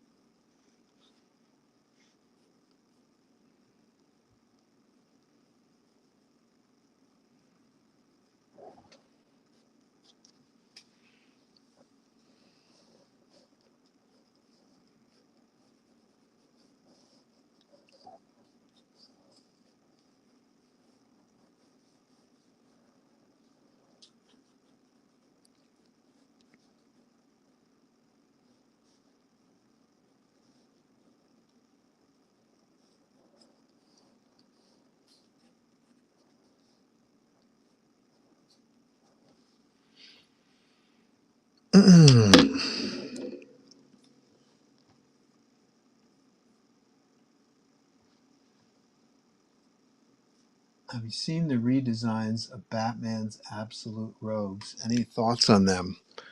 Have not. I was talking about the Joker before. He looked like an anime demon character, right? Um,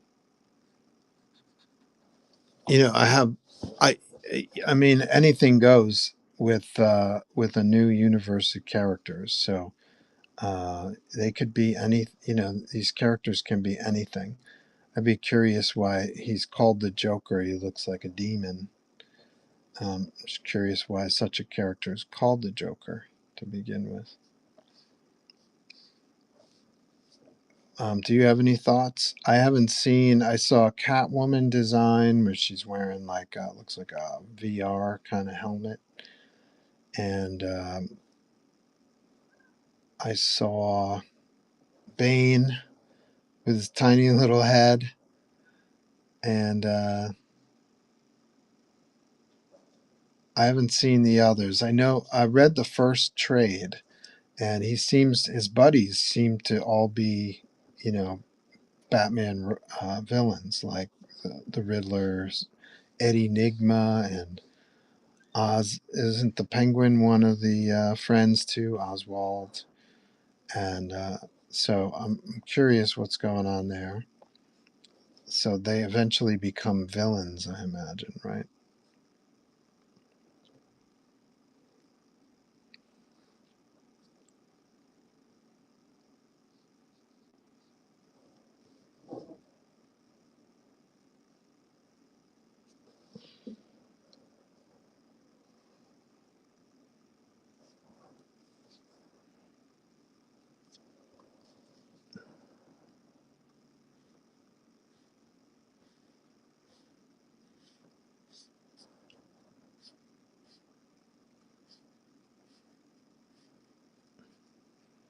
I suppose you can't draw absolute Batman without drawing this axe blade on his chest, right?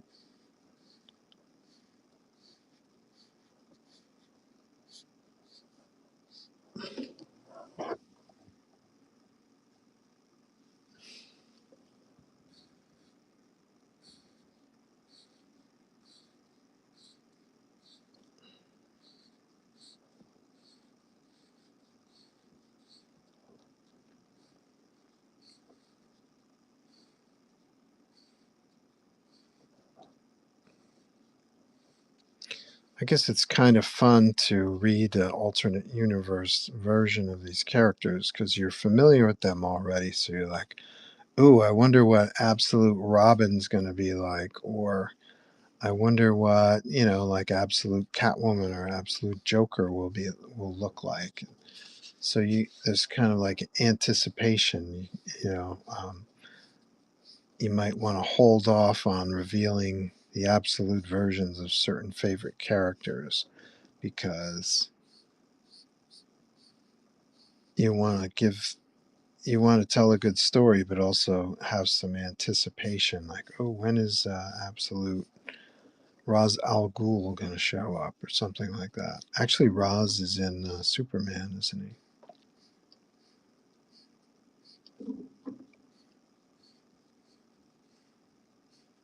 I read the first volume of Superman also. That was cool.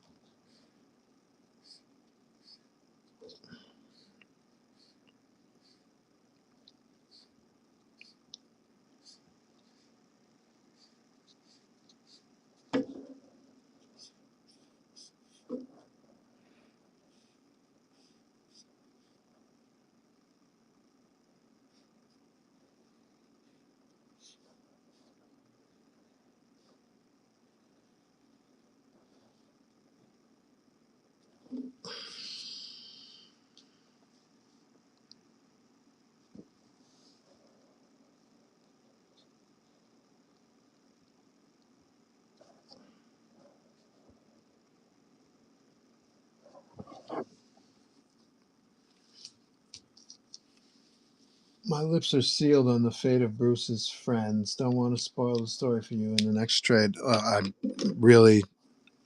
It really doesn't bother me if you want to share. I'm actually interested, and I don't want to wait. So if you want to tell me, feel free. What happens to his friends? Do they all go bad at once? Can't imagine. Is it the Joker is a demon and kind of pollutes his friends or something?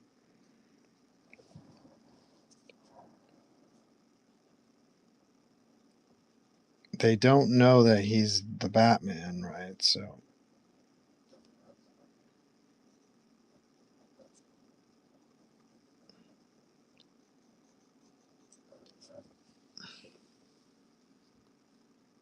if you're in the chat and you don't want to find out what happens to Absolute Batman's friends, then maybe sign off for 10 minutes or so Falcor can tell us what happens.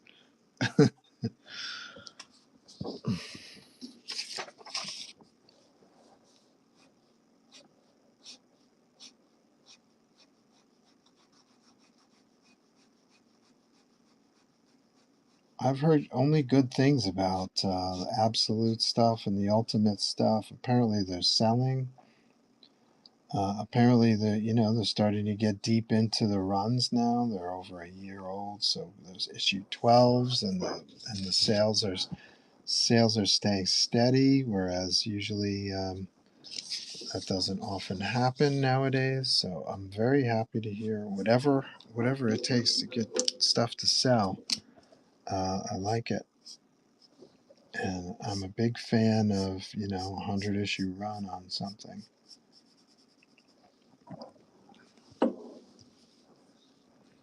I'm a big fan of issue 1000 of Detective Comics. It's so cool.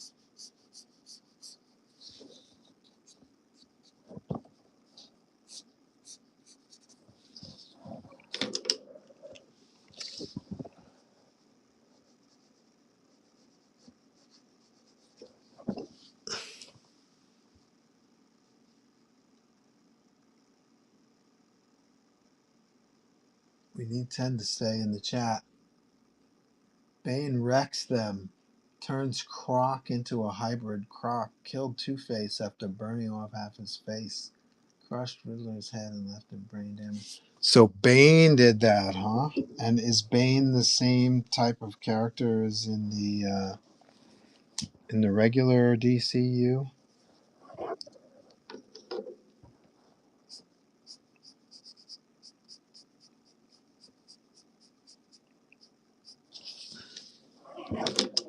Friggin' Bane.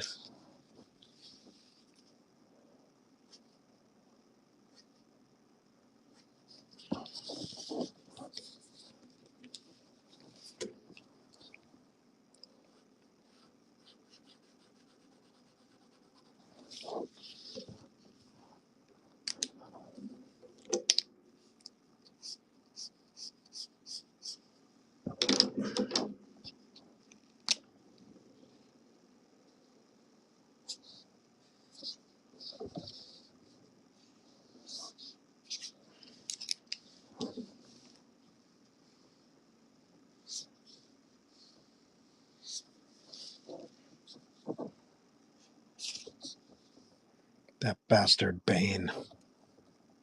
No good.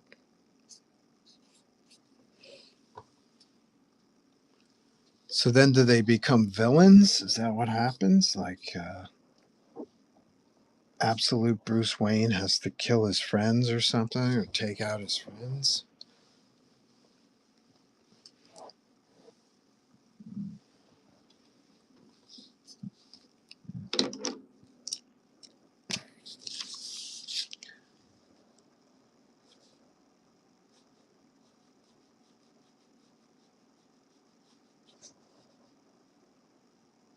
It'd be cool to have a hybrid villain, like it takes Killer Croc and burns half his face. So it's like his name is Two Croc, and then and mash up Joker and Riddler, so they're like the diddler. uh, smash them together. The ventriloquist, and burn half of the ventriloquist dummy's face. Oh, now we're talking. Now we're on to something.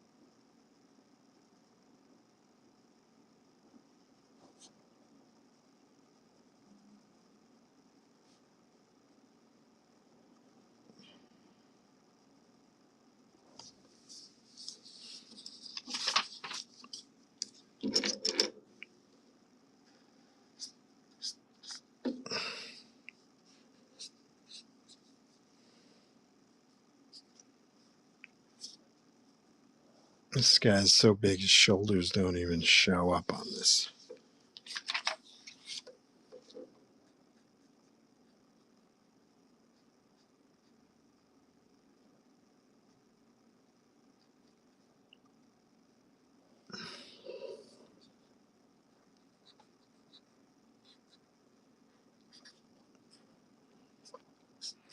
I haven't read Wonder Woman, Absolute Wonder Woman yet.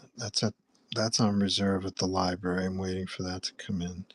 I've heard fantastic things about Absolute Martian Manhunter, which is a nice surprise.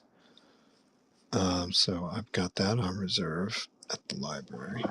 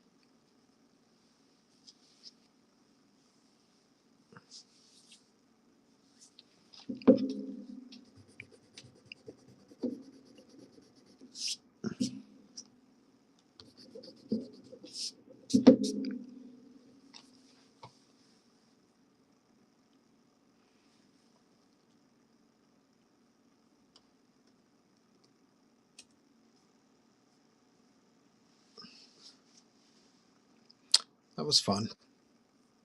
So now that's official. That's an official head sketch bust. Start auction. 30 seconds. $100. Piece of cake.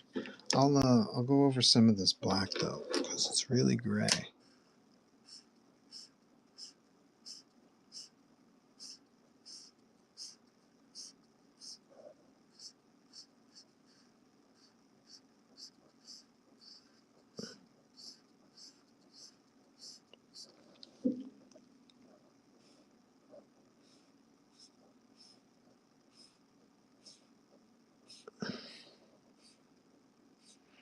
No kidding. No bites on Absolute Batman, huh? Oh well.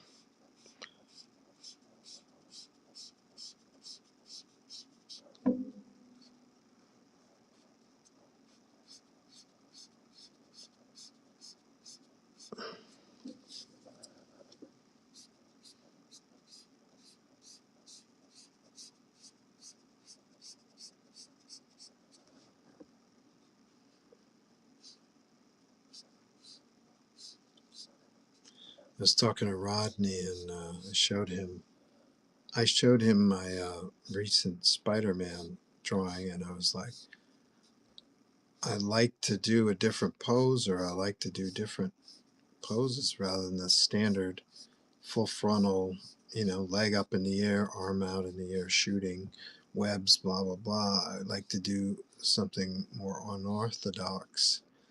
So I showed him my drawing, and he sent me one, and mine, of course, is the weird dancing pose kind of thing, and Rodney's the full frontal. I was like, yes, see, that's exactly what I'm talking about. Everybody does that pose, so I like to try something different. So here's something different. Well, not so different though. It's a full frontal pose, right?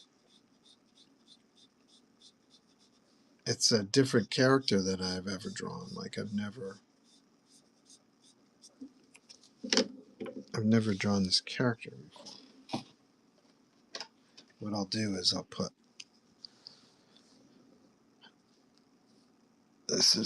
I'll put the first, or the number one, or the first.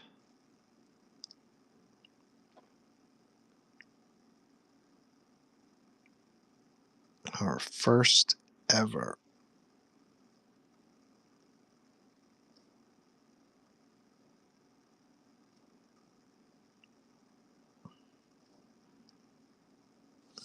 First ever Absolute Batman. And it's looking better with another second and third pass on these inks.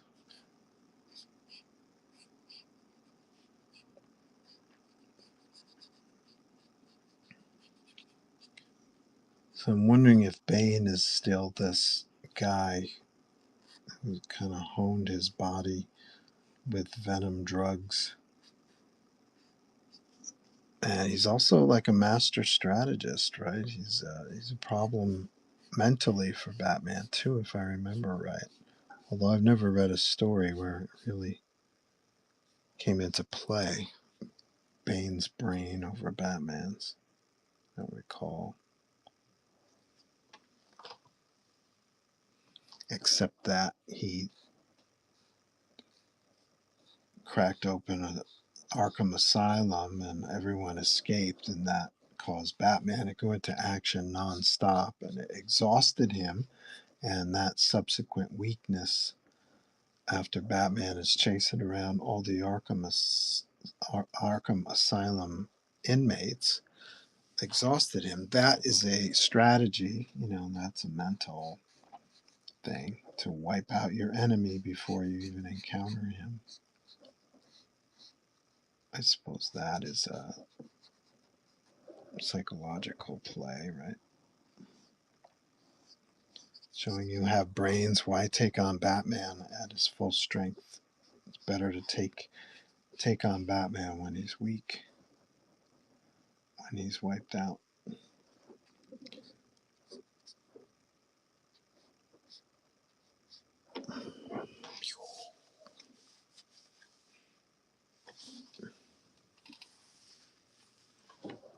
Oh, cool. More Falcor stuff. Let's see.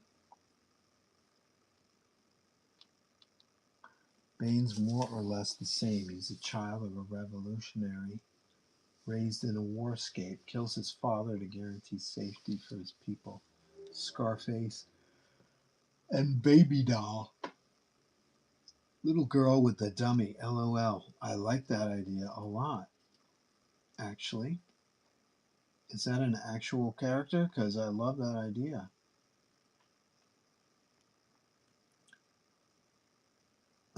Bane also messed up Bats, basically put him through the Weapon X program, muscle enhancements, chemicals, skeletal surgeries, etc. Oh, really? He still hasn't defeated him. Croc saved him from Bane in that last battle. Catwoman returned, and they went to recruit Red Hood gang for help, led by Harley. Interesting. Martian is a weird story, but fantastic art. Love the Wonder Woman redesign.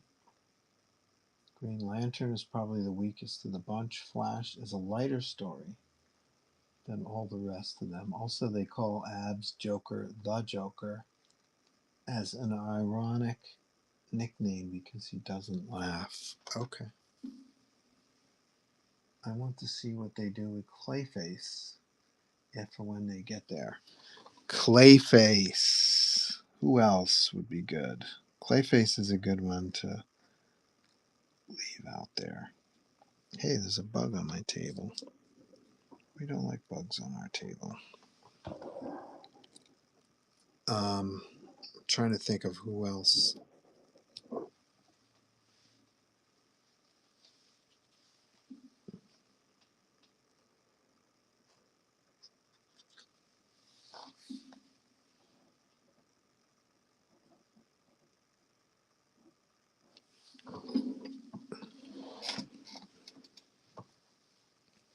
My first ever absolute Batman drawing. Oh, it's coming in on 5. It's about time for me to sign off. Should I run anything? Anybody interested in... We almost had a steady 10 people in the room. We almost broke out the mental metal. What do we got? 6 people in here now. Maybe there's some new people who haven't seen some of the remarks I did today. Let's run these one more time just to see what lovely gifts these would be for a wall space. Eh? I agree, Gwen. So this is number 11 of 50, very early in the run. Just started working on these again. $60. Let's do 15 seconds. Start auction. $60 for a Spider-Gwen remark on a Spidey print.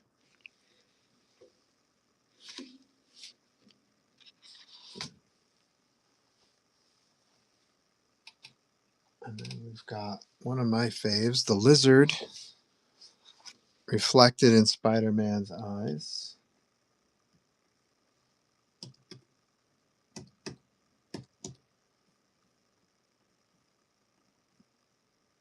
$15 seconds, $60. If I had filled this in dark, this hand wouldn't pop. This space right here would really start to come forward. So that's about as dark as I'm going to get on his shirt, because I want to keep your eye up in here. That's my choice. I stick with it. And the most involved of all today, Scarlet Spider. I know this will sell. I wish this wasn't the end of the year. If I had one more convention, this freaker would sell. Let's see.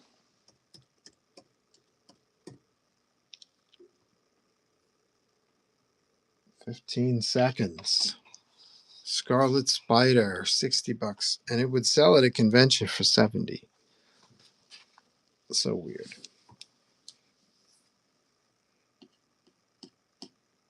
Remarks in Eye Reflections. Genius idea. All of this is fire, says JB. Thank you, JB.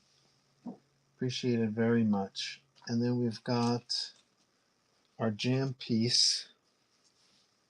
Our jam piece starter upper that I finished coloring today. We'll do that.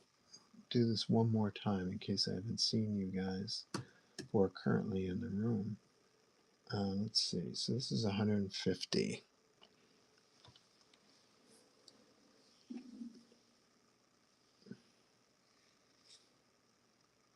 And we've got something planned for next week. I forget what it is, but I hope you guys tune in. I'm pretty sure I'm on Wednesday and Thursday next week. Definitely Thursday. So, any last questions or updates on Absolute Batman? So Bane made Absolute Batman even bigger because he's pretty big, right? So, as Absolute Bane made Batman even larger with skin grafts and muscle grafts and stuff.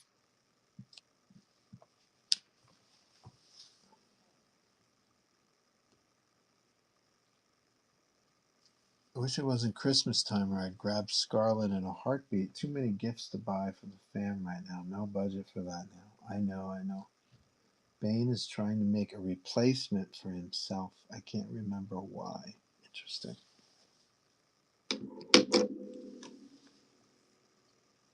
Yeah, I think this would be an excellent gift for you. Speak to your family members, Falcor, and tell them to buy it for you. I gotta go shopping for Sonia. I have an idea what I'm gonna get for her, but it's gonna be our 1 year anniversary, wedding anniversary. So I gotta get something.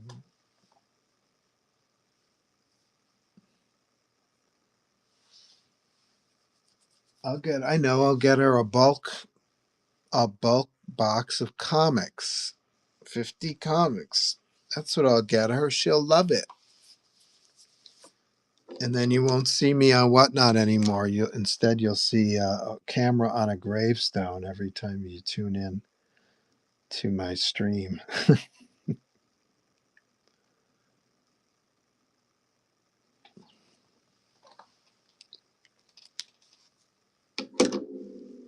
All right, I'm gonna blow out. 5 hours is a good run. We did some good work here today. So I hope you guys have a great weekend. We'll see you next Wednesday for sure, and talk to you later. Bye bye.